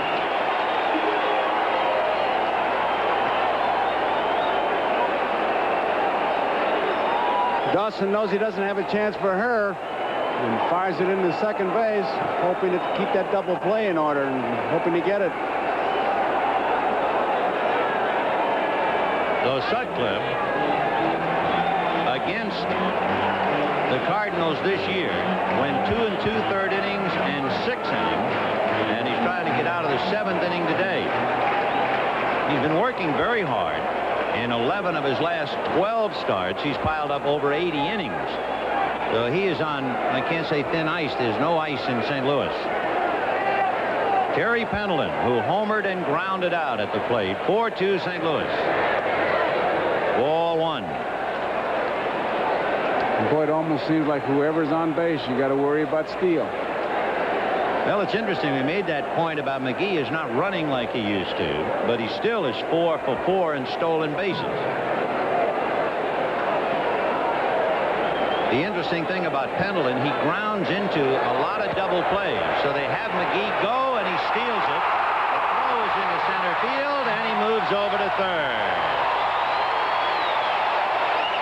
I think of all the plays in baseball, a home run is a home run, but the steal is humiliating to the extent that it's a battle of legs. In this case, McGee's legs against Jody Davis's arms. That's the way you see it. And when you don't make the play, it's humiliating as a catcher, and it picks up the other ball club because they say, hey, we can run whenever we want. That going into center field now has moved the infield in. Pendleton puts the bat on the ball, and chances are they'll pick up another run. So a double, a single for a run, and a stolen base in the overthrow charged to Jody Davis. And it is 4-2 St. Louis. With 1 out, the Cubs have to play the infield out. And it's a line drive, a great diving catch by Paul Noche. So Paul playing because of the injured Ryan Sandberg. Saves a run. That's the 2nd out. And it'll bring up the left-hand hitting John Morris. He makes a good play. He was playing in tight, diving line drive play, and it's the only one that would not score the run. I mean, you can see why they draw such big crowds. It is quite a ball club to watch. Oh, it's a most exciting ball club. John Morris grounded out and doubled. And, of course, the double was exciting because it really was a single. Ball 1. That's when he caught Andre Dawson. And remember, when you catch Dawson, you're catching a man who has 6 gold gloves in right field. And Morris, seeing that Dawson was overly cautious, took the extra base, and that put a light to the inning. And it gave a 2-run inning to the Cardinals in the lead. In there, 1-1. Down by 2, however, Sutcliffe in his heart knows that he's on the edge of coming out, even for a hitter if he survives the 6th. He has 2 out.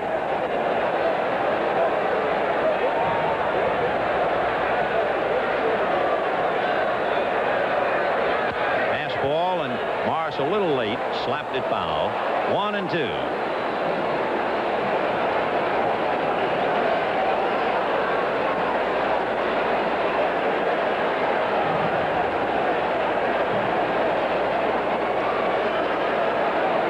Cardinals led 1-0. The Cubs led 2-1. The Cardinals led 3-2 and now 4-2. And to look ahead, Moreland, Dunston, and Martinez due up in the 7th.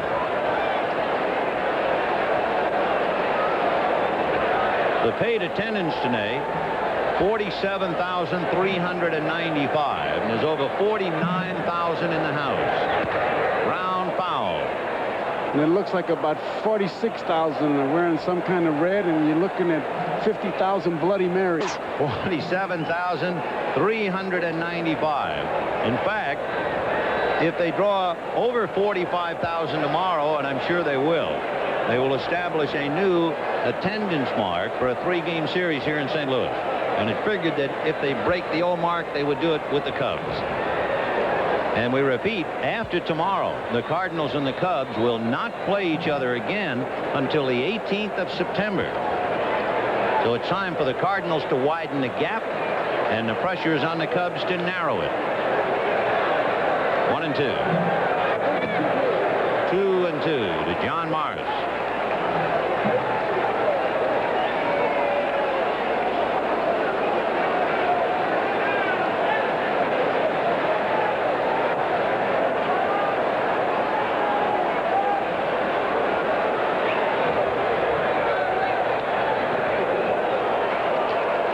Struggling. Yep, he's laboring. 3-2. He wants to get out of this inning. Michaels would like to see him end the inning, use the pinch hitter, but he's struggling, man. To use one of yours, the needle's getting towards empty. He's 6'7", 215, and Michael is watching him like a child out there. High pop fly on the right side. Leon Durham. For the Cardinals, legged for a run, lead 1, and at the end of 6, St. Louis 4, Chicago 2. We'll be right back after these messages from your local station. A moment's respite in the heat for the umpires for Messrs. Tata, Crawford, Bonin, and Wendelstedt. A reminder, double level action on NBC next Saturday. Coverage begins with Major League Baseball, an inside look with host Marv Albert. Then it'll be the Yankees and the Red Sox, or the Reds and Braves.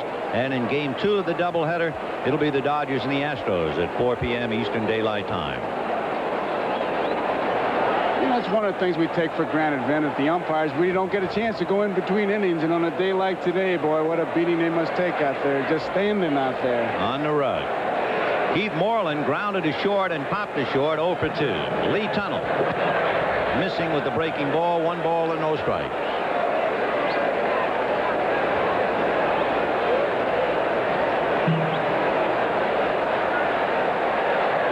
Fastball is hit to Ozzie Smith. No contest there, 1 away. Let's go to New York and get another update from Marv Albert. Thanks, Vin. At Candlestick in San Francisco. This is rookie Shane Mack of San Diego connecting for his first Major League home run. Padres now leading Atlee Hammaker and the Giants 4-1, bottom of the 2nd inning. Back to Vin and Joe.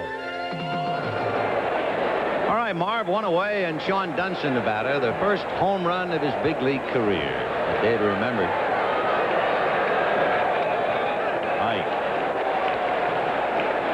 You look back at your scorebook, you see that Tunnell has thrown a lot of ground balls, and 5 of the last 7 hitters have hit it to Ozzie Smith. It's not a very good percentage. Talking about throwing your money down the drain. It's a good way to go busted. Keep hitting ground balls to him. 1 out in the 7th. 4-2 St. Louis. Breaking ball hit to center, and that'll be a base hit for Shane Dunston. So Sean holding on, and Dave Martinez the batter. Ball was out of the strike zone, but he just reached out and jammed it into center field. Gary Matthews is in the on-deck circle. So Dave Martinez is coming up, and Gary Matthews will be batting for Rick Sutcliffe. Remember, we told you, in the Cub dugout against a right-hand pitcher, they're all right-handed batters.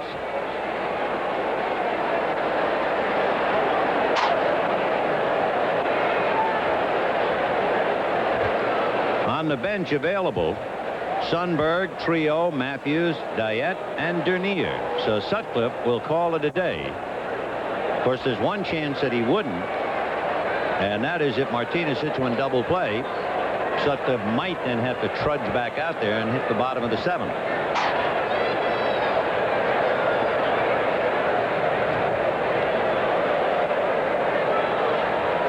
Dunston at first. He's 1 for 3. In fact, he could be 3 for 3. Dunston singled, was robbed on that great catch by Terry Pendleton, and now singles again. And remember, when Dunston was aboard in the 3rd inning, he put enough heat on that Lee Tunnell balked, as you see Bill Dawley in the pen. 0-1.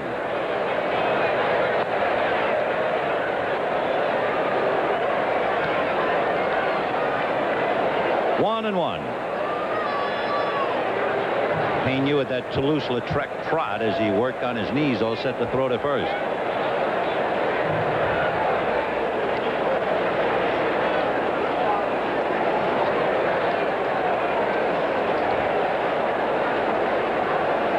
Dunston has stolen 8 out of 9. However, with his ball club down by 2, perhaps they just as soon keep Clark on the bag. Martinez has a look at John Vukovich in the third base coaching box to see if they might put a play on.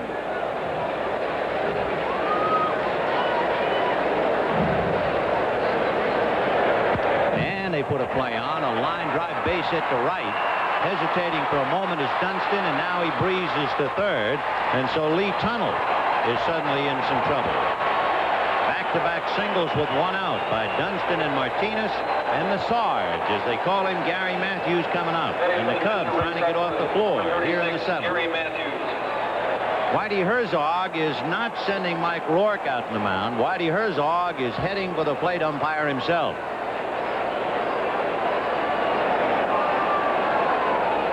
He's made his mind up, and I think he's going to make that double switch. He will. Jose Aquindo will come into right field and bat 9th, and Bill Dawley will go in John Mara's spot and bat 7th. So it is 4-2 Cardinals, but with 1 out. The Cubs have the tying runs at first and third. We'll be back. All right, the Cubs trying to come roaring back in the 7th inning. Bill Dawley picking up the pieces for Lee Tunnell. Runners at first and third, 1 out in the 7th. 4-2 St. Louis, and Gary Matthews. Ball 1. They're checking no swing, says Jerry Crawford. 1-0. Dawley is 2-4 in 24 games. The one thing about Dawley, although it is a big ballpark and Pendleton's coming in to talk to him, but the one thing that must make Herzog slightly uneasy about Dawley, he has only worked 40 innings, and yet in 40 innings he leads the Cardinals in home runs allowed. He's allowed 8. It's a bad habit for a relief pitcher. Slider, and the count 1-1. Gary Matthews, and it's interesting to point it up. We're talking about all right-hand hitters in the dugout. He's hitting over 380 against right-handers. You know what he's hitting against left-handers? Less than 150. How do you figure that? 1-1. Another slider down and away. And he's in a hole 1-2. Pena's setting up on that outside corner, and Dawley was able to hit it. Matthews batting .308.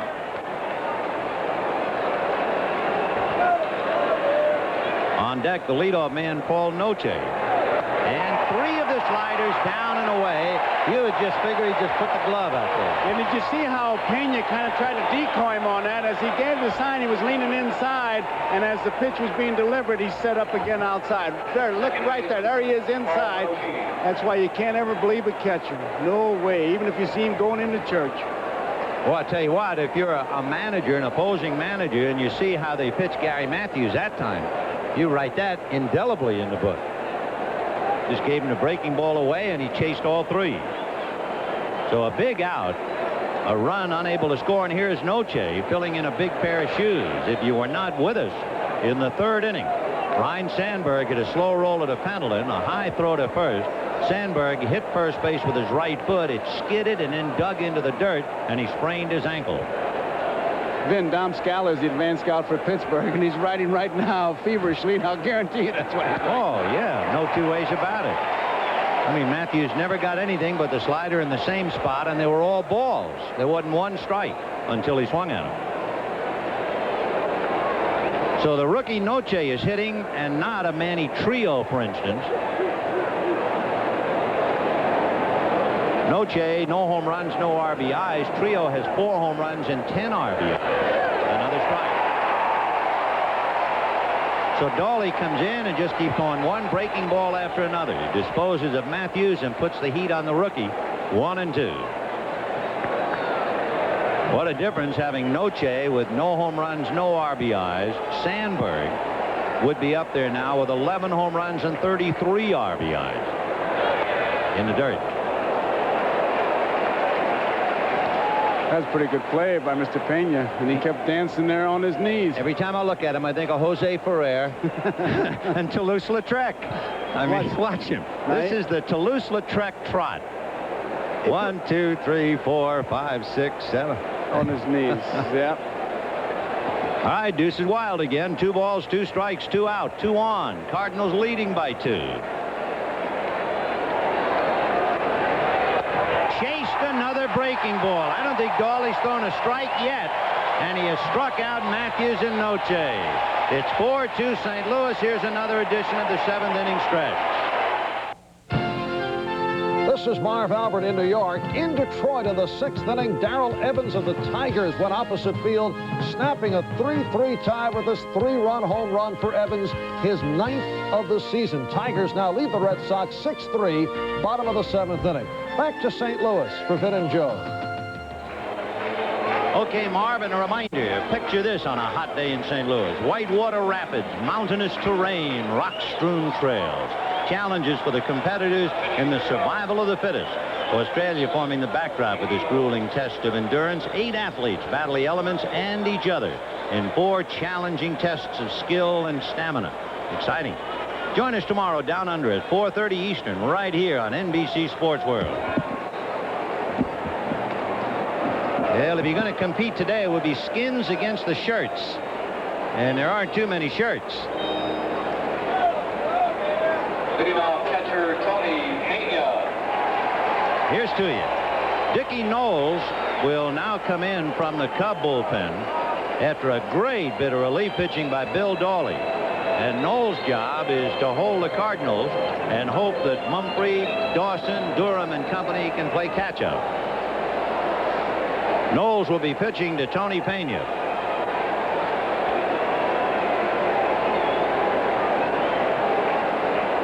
Ball 1. Knowles with 2 saves and 4 wins. Pena today is 2 for 2. Right. Tony hitting .253.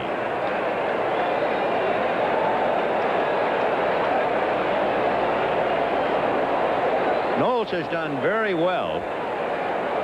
Looks like he's kissing his bat. He loves it. Well, he doesn't love his bat. He likes it very much. He talks to it. He said, come on, baby, get a hit. Come on, a lot of hits in there. 1-1. Breaking ball in the dirt. Now, if you love your bat, you wouldn't go and get it in the dirt chasing that pitch. Well, he's the first player I ever saw get emotionally involved with the bat. I've heard of, they tell stories of ball players taking their bats to bed and all that kind of stuff. That's the first kiss I've seen applied. Yeah.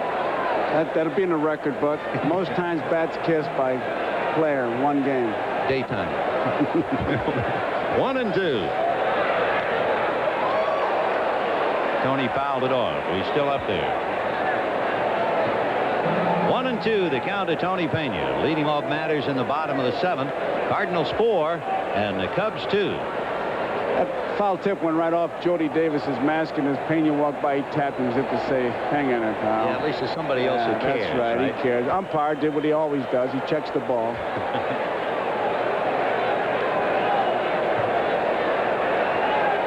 Tony Pena, his mother had a lot to do with his baseball development. Ground ball back to third. Nice hop for Moreland. And a bad throw by Moreland. That is one of the weaknesses of the Cubs in trying to succeed on AstroTurf. moving Keith Moreland to third base.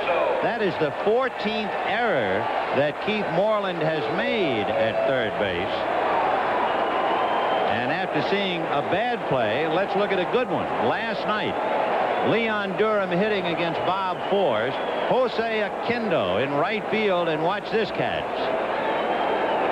In a sense, a game saver in a tough 2-1 game at the time, keeping Mumphrey at second base. Now Jose in the game in right field and at the plate. And the bunt. The only play is to first base, so the Cardinals are in business. An error and a sacrifice. So the MVP, the most versatile player, that's the award given Oquendo by his manager, Whitey Herzog. He's done everything they have asked of him and then some. Red Shandings was really singing his praises. He said, boy, the guy that's really done it all for us. And I said, Oquendo, he said, you bet. He's from Puerto Rico. Meanwhile, Gene Michael out to the mound to talk to Dickie Knowles. The error by Keith Moreland, and of course, Moreland has never played third base well.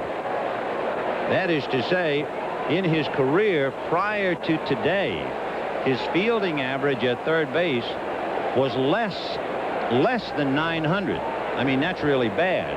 And now Keith, in trying to learn that position, has committed 14 errors this year. It's tough, and he is hot about it.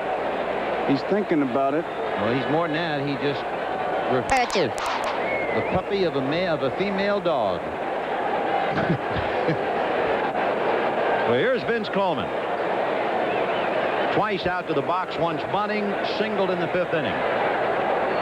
And the fake by Knowles. Coleman with the infield single, trying to pick up Pena at second base. Coleman has hit in 10 straight.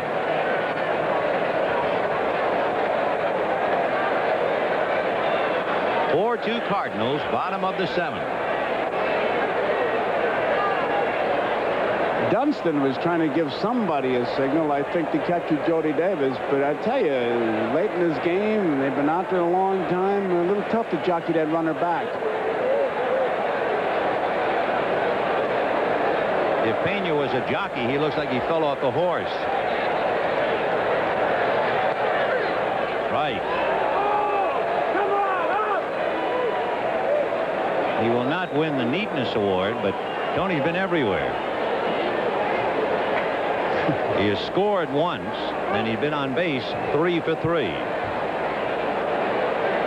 He caused Sutcliffe to commit a balk in the 5th inning.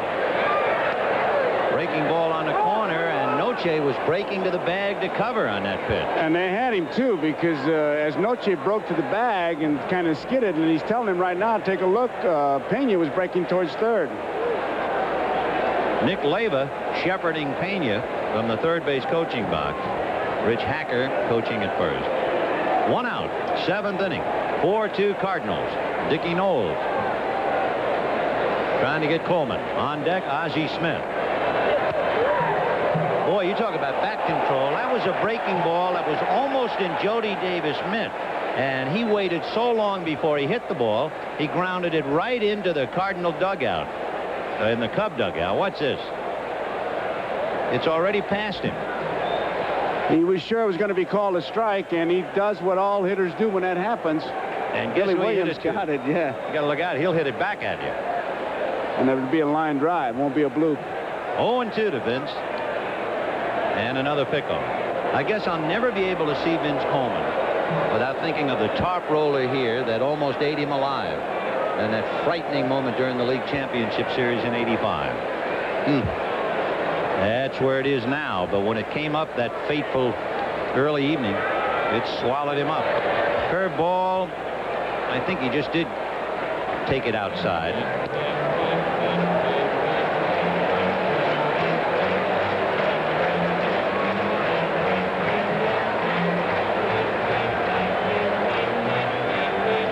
Hitting .296. At one time in the clubhouse, the 3 guys talking were Tudor, Coleman, and Danny Cox. You talk about 3 guys with freak injuries. Wow.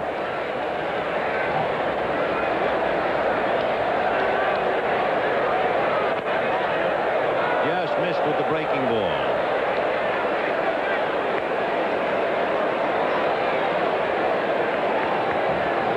Two and two, the count to Vince Coleman. 4-2. Cardinals leading the Cubs in the 7th. One away. Michael peering out, hoping that Knowles can do the job. And it's hit into left field. Base hit. Charging is Mumphrey, so they will hold Pena at third. The throw allowed to go through, but a good deep by Moreland to prevent Coleman from going to second base. So Vince Coleman is 2 for 4 as he singles to left, and that'll bring up Ozzie Smith. He just serves that ball. It's the outside part of the plate, and that's what they've been wanting him to do. And Pena rounds third base, but he's going to be holding all the way. You can see him going to his fake attempt, but Nick was going to hold him all the way. In the wake of the French Open and in thinking about the Wimbledon tennis coming up, that was just a dink. Coleman just stiff-wristed a little flare into left field. And now Ozzie Smith 0 for 3. But Coleman at first, and Knowles is really in a jam. If the Cardinals use their great leg speed in the 5th and 6th inning, look out now. Coleman with 40 stolen bases. Well, you're really in the spot. Big league hitter at the plate. Great base stealer at first, and balks being called all the time. You want to signal for a fair catch. At least. Nice save by Durham, that pitch in the dirt. You know, I can think of first basemen who I played against that when they get a throw like that, would just put a tag on it, run a little bit hard, like jab him in the leg. Around the knee or anything to take something out of him. Sting him a little. He's got a pretty good lead. And they're squeezing. Squeeze. A great squeeze by Ozzie Smith. Scoring is Pena, who reached on the error by Moreland. So if you give the Cardinals an inch, they take it all. And it is 5-2 St. Louis. Perfectly executed. Not a thing Gene Michael can do about it. Nothing but watch it. It's me out of page 99. Ball is bunted on the ground, past the pitcher. Durham has to feel it, no play at the plate, and very close at first base. Just watch it.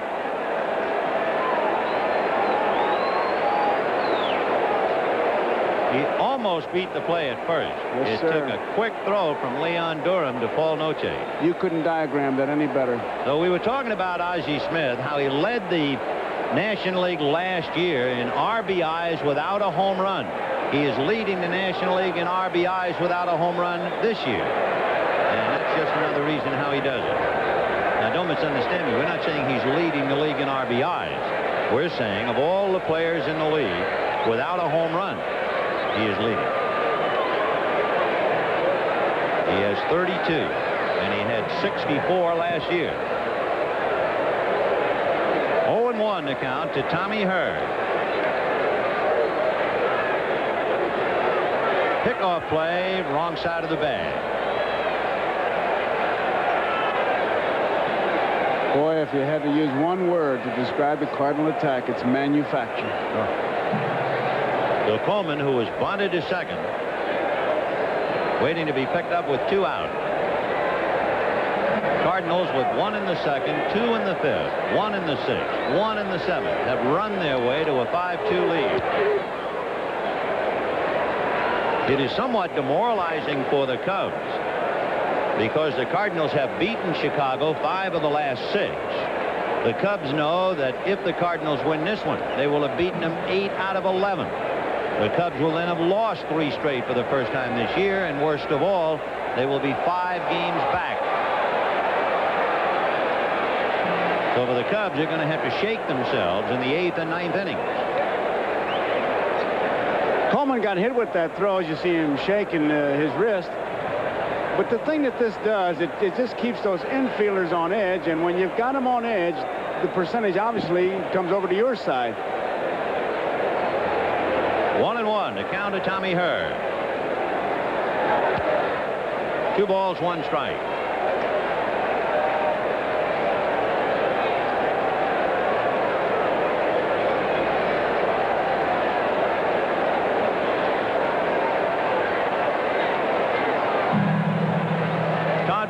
ball begins to stretch out a little bit in the Cardinal bullpen.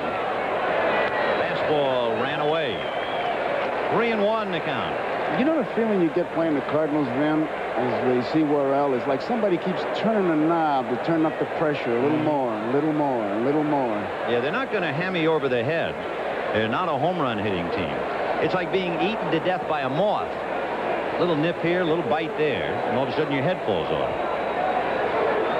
3-1 the count to Tommy Hurd. Lined into left, ting-a-ling, and here comes Coleman. The throw, not nearly in time. So it is 6-2 St. Louis.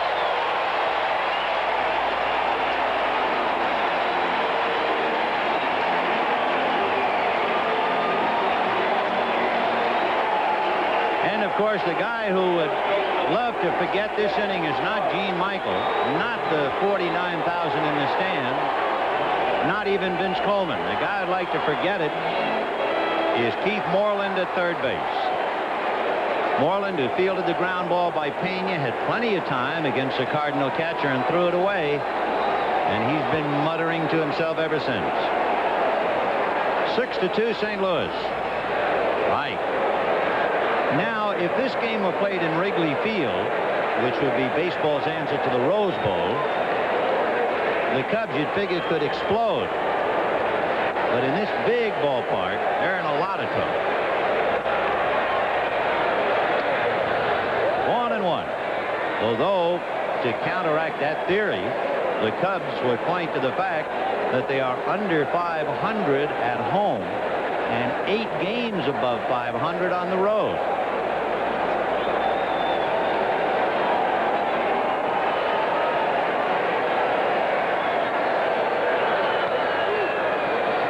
Well, Jack Clark struck out, walked, and popped up, trying to apply the coup de grace.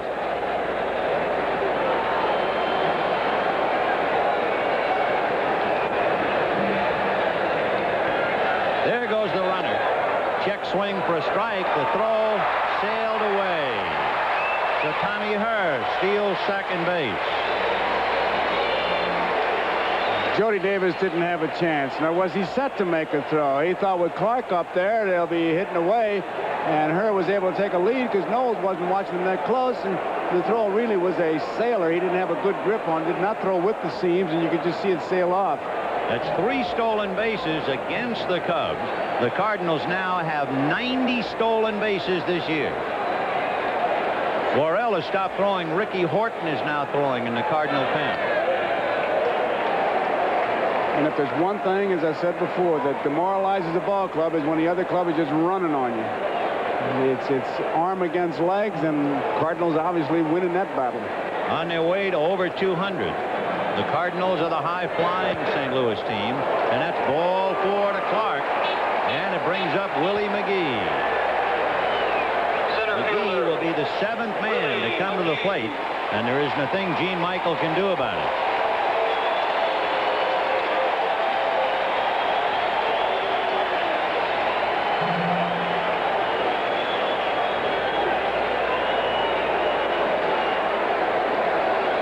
Willie McGee struck out. Mumphrey took an extra base hit away from him, and then he singled to drive in a run, Hurd, in the 6th inning. Right.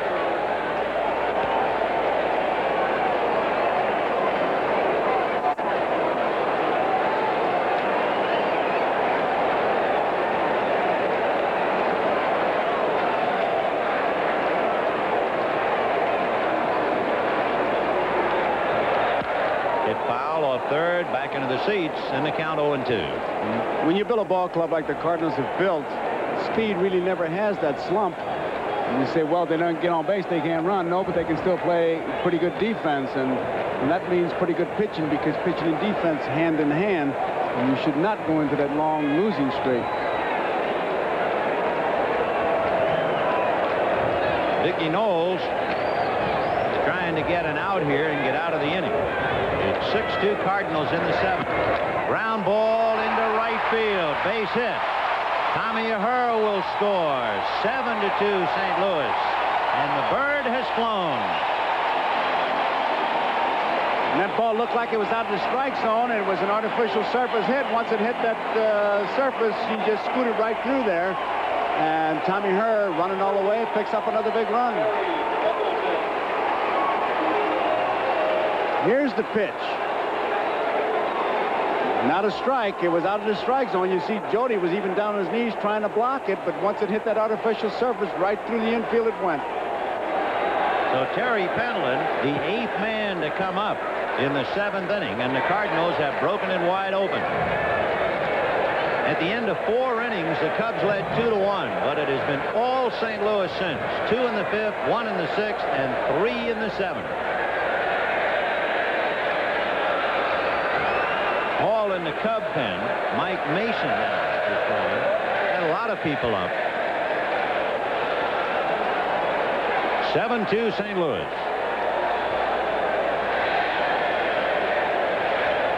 When the Cubs hit in the 8th inning, Jerry Mumphrey, Andre Dawson, and Leon Durham. You have McGee at first and Clark at second. Terry Pendleton homered in the 2nd inning, grounded out in the 5th, lined out on a great diving catch by Paul Noche in the 6th inning. 3-0, taken all the way, 3-1. So the Cardinals with a chance to increase their lead over the Cubs to 5 games.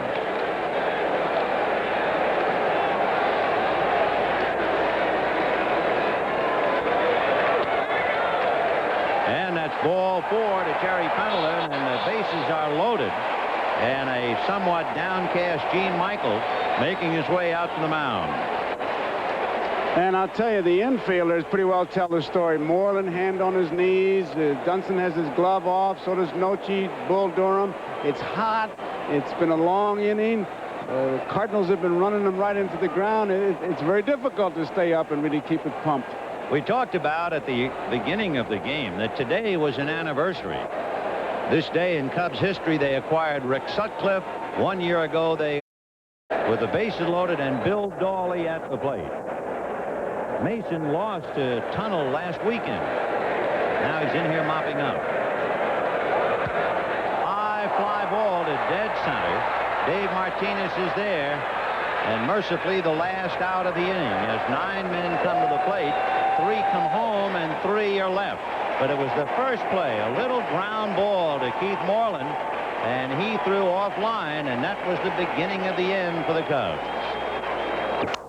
A picture of dejection, his error opening up the gates for that 3-run 7th. But of course, he's done a great job day in and day out for the Cubs, whether he's playing the outfield or as he is now playing third base. Now we'll see if the Cubs can get off the floor against Bill Dawley with Jerry Mumphrey, Andre Dawson, and Leon Durham. And he promptly opens it up with a single to center. So Mumphrey, a line drive base hit, and that will bring up Andre Dawson. Right fielder Andre Dawson.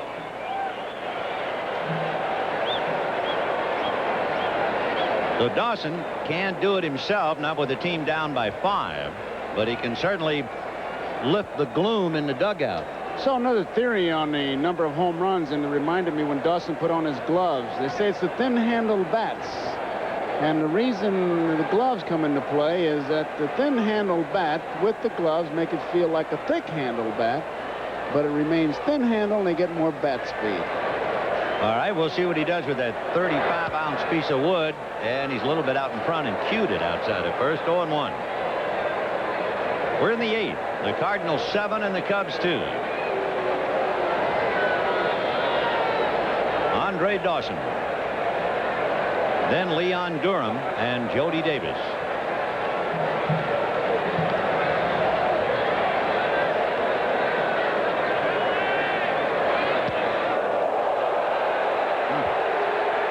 And Dawson taking plenty of time getting up off the floor.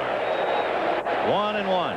He was starting to stride into that pitch. Watch him go into it like he thought it might be outside, and it just sails in and down he goes. I don't believe it was anything like a knockdown. The score being what it is, 7-2, you don't want to wake up the sleeping dog. And they're going to let the Cubs just play it out in the normal strains. 1-1 to Andre. Breaking ball is hit up the middle, so the Cubs trying to come back, and they get back-to-back singles by Mumphrey and Dawson, and that'll bring up Leon Durham. Ricky Horton, the left-hander, is throwing in the Cardinal bullpen. Of course, after Durham, the only left-hand hitter in the lineup is Dave Martinez. And as we pointed out, there are no left-hand hitters on the bench. So if Whitey wants to make the move, he's going to make it right now with the left-hand hitter Leon Durham coming up. Bill Dawley has had his troubles. From 85 until recently, he was 0-11 until he beat Atlanta, and he's on his way out now. Leon Durham, first ball hitting, hits into a force play, 5-4 from Terry Pendleton to Tommy Hurd. So Durham not around very long. Here's that play again. Ricky Horton starting him with a breaking ball, and it's tapped wide at third. Pendleton with the play in front of him to Hurd. The throw to first not in time. So 1 out.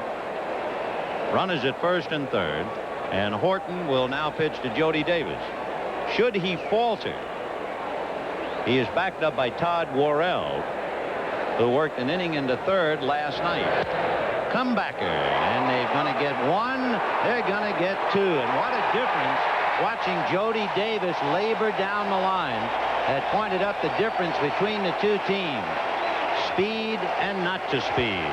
2 hits and nothing else at the end of 7 1/2. 7-2 St. Louis.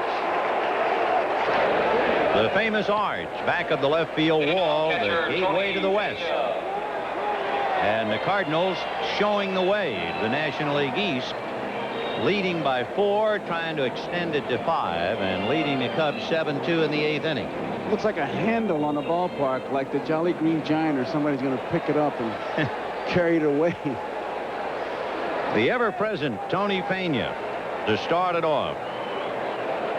For the Cubs, they would have to be somewhat demoralized in just about every area, even offensively. In the 7th inning, trying to come back, Dunston and Martinez singled. Dawley came in and struck out Matthews and Noche.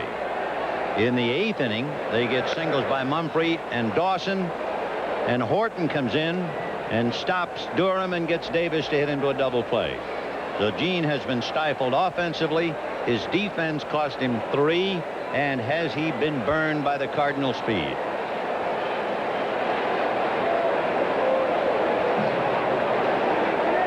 Pena 2 for 3. Single to left, single to short when the infield was up, and has been aboard on an error. So everybody but Jack Clark is on the outside of the candy store looking in. Clark has struck out and popped up and walked twice. 1-2. Hit to center. Martinez has a bead on it. 1 away.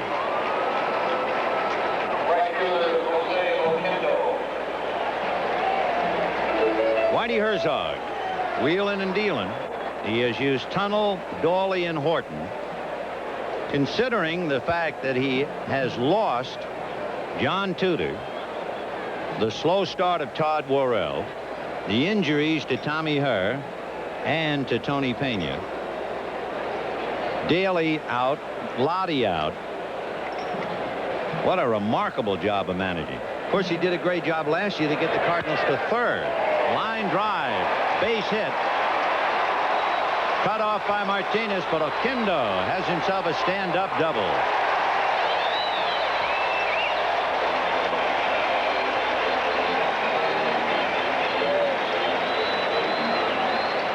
Left fielder, Vince Coleman. Jose Oquendo, a double to right center. It's been Sutcliffe, Knowles, and Mason. Detroit leading Boston 6-4, and they have just gotten the last out. So Detroit knocks off Boston 6-4. Tigers began the day 7.5 back of Toronto. Boston began the day 11 back, San Diego leading the Giants 4-1. The Giants started the day even with Cincinnati. Cincinnati is at home with Atlanta tonight. Line drive, base hit to center by Coleman. Here comes Oquendo. Martinez's throw is a good throw, and it got away from Jody. And down to second goes Coleman. Davis was in a haste to catch the throw and then make the tag, and he left the ball behind him. He came up with a handful of empty, and the run is in. Jody tries to backhand the ball. Martinez's throw is a strong one. Instead of going out and getting the ball and coming back, he tried to backhand it, and it cost him. And the other thing it does, Coleman goes to second base. Double play is lost. And it is 8-2 St. Louis. And with Coleman at second base, here's Ozzie Smith turning around to hit right-handed. Ozzie 0 for 3, squeezed in a run in the 7th inning. 1 out. When the Cubs come up in the 9th, it will be Moreland, Dunston, and Martinez.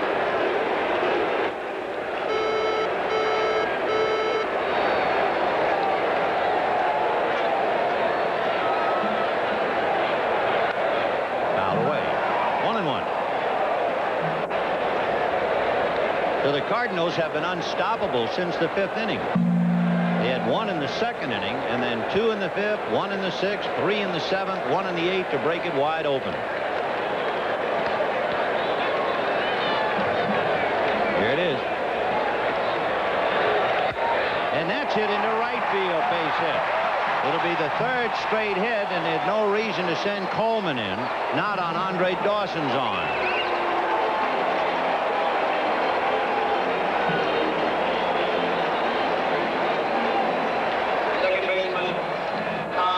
So Knowles and Mason have not proven to be very stoppable, and they give up hits.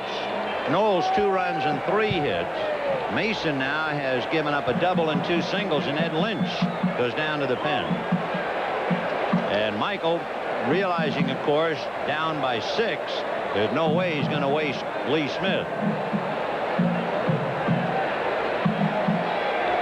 Pitching coach Herm Starrett alongside of Gene. Tommy Herr has lined out and grounded out, doubled and singled. On deck is the hungriest bird of them all, Jack Clark, with 12 hits, now 13. Every guy in the lineup has a base hit except Clark.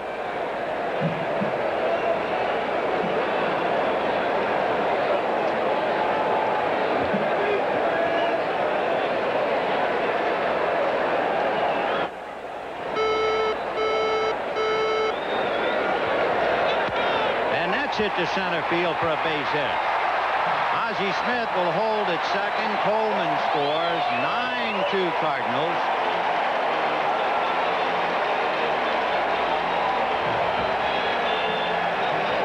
And when you see this game, you realize the truth in George Will's remark about Cub fans are 90% scar tissue, and a lot of them have decided to leave. So Gene Michael, with his club being hammered now, 9 runs, 14 hits. The Cubs 2 runs, 8 hits, 2 errors. The Cubs will go home and try to heal themselves after tomorrow's game. The Cubs have an 8-game homestand beginning Monday against the Phillies, and then the Pirates for 4. We'll be back. Well, maybe Jack Clark has been shut out today, but it's nothing like the night in Cincinnati when he was really shut out. Clark against Pat Pasillo hit one deep to center. It's a home run to everybody but Eric Davis, who reaches over the fence and takes it away. He did it twice to Jack Clark this year. So Jack has 17 home runs and was robbed of 2. That would give him 19. He'd be right up there behind, guess who? Eric Davis and Andre Dawson. Oh, also Jack, however, and he'd be the first to admit it, he had a grand slam home run in Houston where just about everybody who saw it thought it was foul except the umpire.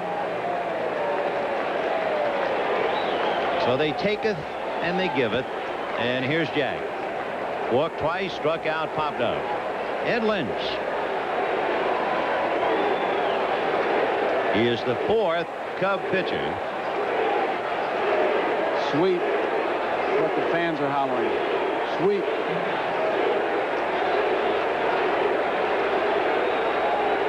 If you are old enough in Chicago, you will remember the great chant for Bill Nicholson. Nicholson, who loved to stand at the plate, great home run hitter, and would move that bat back and forth, and everybody would go swish, swish. Oh, that was great. Well, now it's sweep.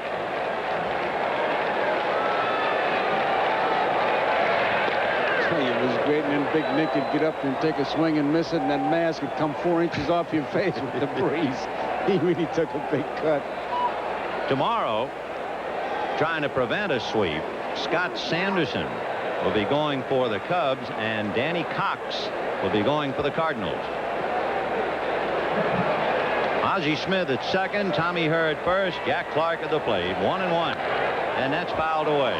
1-2. You know, people are going to see the box score and see 14 base hits, 9 runs, and figured it was a blowout. It really wasn't. There was some great pitching done by Tunnell, and especially in that 6th inning with all those curveballs of Jody Davis and the way the Cardinals manufactured runs. And the game got away in the 7th and 8th inning, but I tell you, the Cardinals have sent a message throughout the National League, at least. They can make runs when they need to. 1-2. And Clark rolls it up along third, foul. In looking at the Cardinals' work this year, they have posted particularly good numbers in Chicago. They have beaten the Cubs at Wrigley Field 5 out of 6 times. That's their best mark on the road anywhere. So if Herzog will be 5 in front of the Cubs, he's done it by beating them head-to-head. If the Cardinals win today, they will have beaten the Cubs 8 of 11, and the difference is the 5. 2-2 to Jack. Ed Lynch, big kid out of Brooklyn. His dad at one time an usher in Ebbets Field, originally signed by the Mets. Foul ball. He changes speeds very well, Lynch, and you have to snicker because Jack Clark was a bit in front of that one. Yeah, a little bit. He about pulled it into the Cub dugout.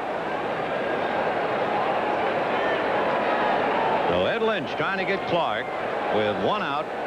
Smith at second, Herr at first. 9-2 St. Louis.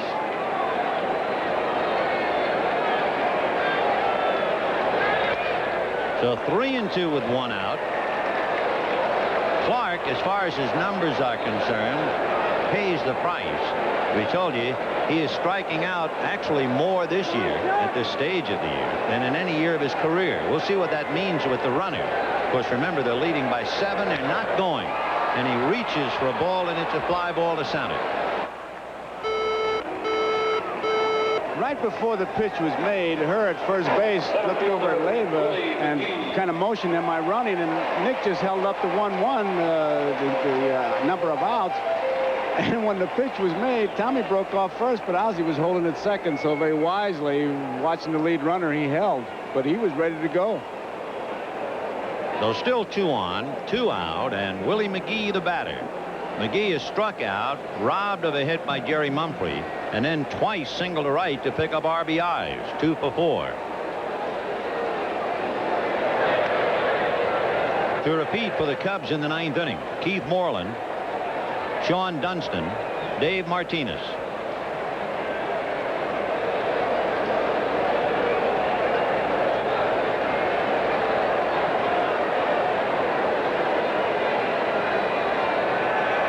Changeup hit to the left of Dunston. He'll bring it to the bag. So they get the force play, and the Cardinals settle for 2 more and lead 2. At the end of 8, the Cardinals 9 and the Cubs 2.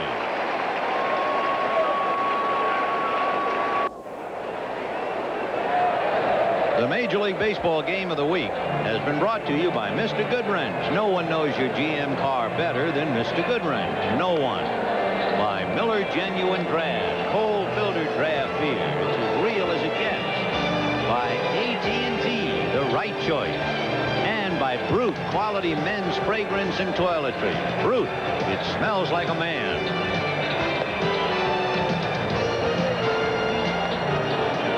The Cubs are losing, but perhaps their biggest loss of the day occurred in the third inning.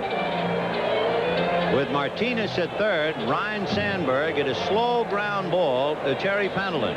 Pendleton's off balance and hurried throw was high. Sandberg will hit the bag with his right foot. It skids over the bag, sticks in the ground. He twists his right ankle and goes down and out. Sandberg is out with a sprained right ankle, and for how long, no one knows.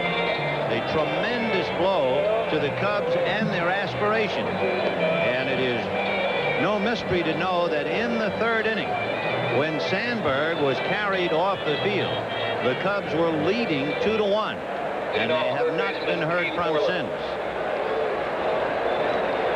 And we can only hope that Ryne will heal quickly and get back, but a sprain really leaves you up in the air.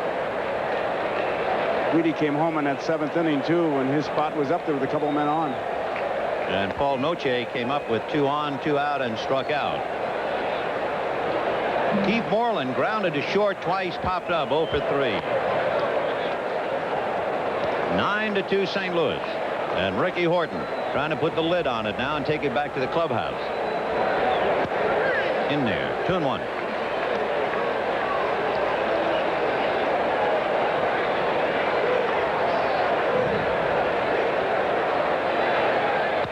And he just reached for a pitch down and away and bangs it into right field.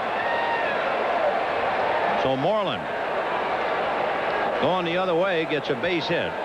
Shortstop, Sean And Nevada, Sean Dunston.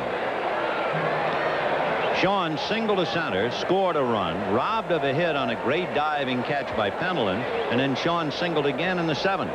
In the seventh, there was still a game going. It was 4-2 Cardinals. And with 1 out, Dunston and Martinez singled.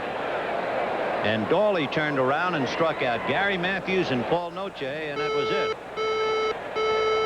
And then the Cardinals came back with 3 to break it wide open. Line drive to left field. That's a base hit. So first and second with nobody out. The Cubs hanging tough. Down 4-2, had 2 singles in the seventh. Down 7-2, had leadoff singles by Mumphrey and Dawson in the eighth, and now down 9-2. They came right back with singles by Moreland and Dunston, so they're not about to just fold up. And here's Martinez. And Bob Dernier is now stepping in for Martinez.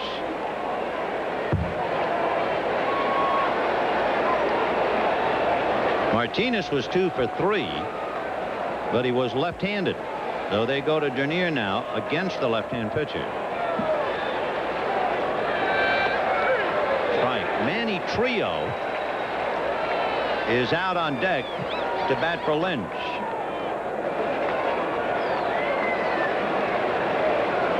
So the Cubs trying to come back somehow, some way. Pena got a cramp in his leg from sitting down like he did. He's had to call time. There you see him kind of stretching it. Right there. Right hamstring. It's hard to hurt your leg there when you've been walking on your knees all afternoon.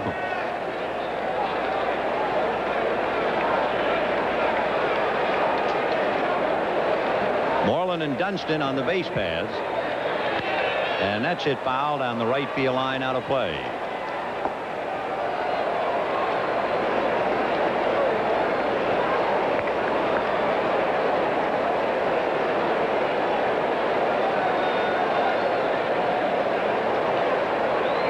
You know, the Cubs have hit 12 home runs this year in the ninth inning. I mean, they are accustomed to making noise in the ninth. 0-2. And that's hit right back on a line. They've got 1, they've got 2. So Dernier lines into the double play. 1-3 if you're scoring. That erases Dunston at first. Moreland holding at second, and the batter will be Manny Trio. Batting for the pitcher, Ed Lynch, number 19. he was in perfect position, took a good look at second base because he knew he had an easy out at first base, and had Moreland been wandering, might have seen that kind of rare triple play.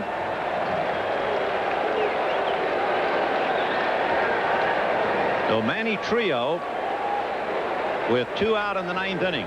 9-2 St. Louis.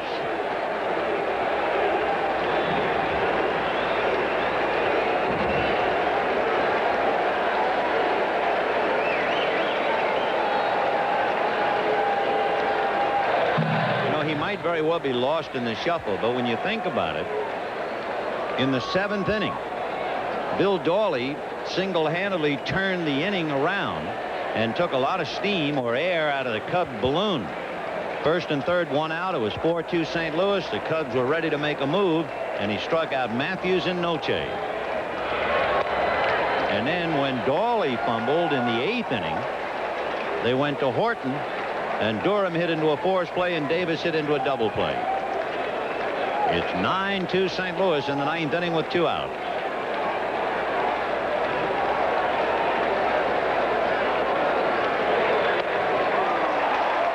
One and 2.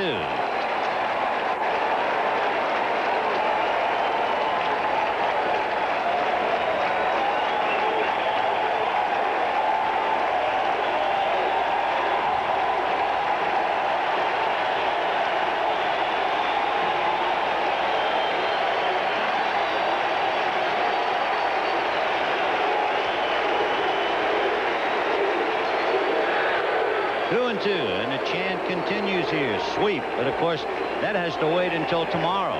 Scott Sanderson and Danny Cox. The Cardinal fans not worrying about tomorrow. They're enjoying today. The Cub fans, they'll have to wait for tomorrow for a rebuttal.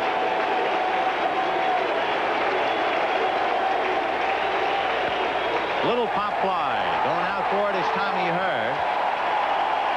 And he'll make the catch, and that's it. The Cardinals are 5 in front of the Cubs.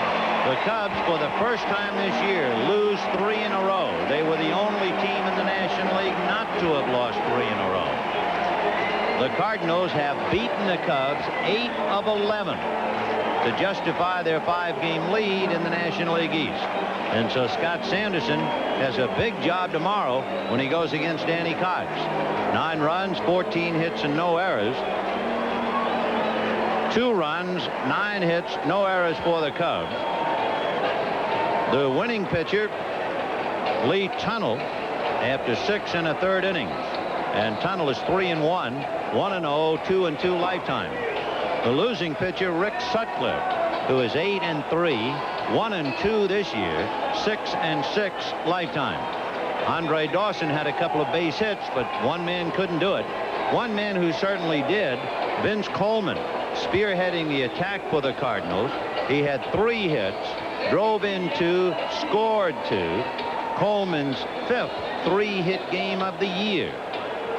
Everyone in the Cardinal lineup but Jack Clark had a base hit. And of course, the Cardinals with 3 stolen bases also showed speed in other areas, notably the base hit by John Morris when he legged it into a double.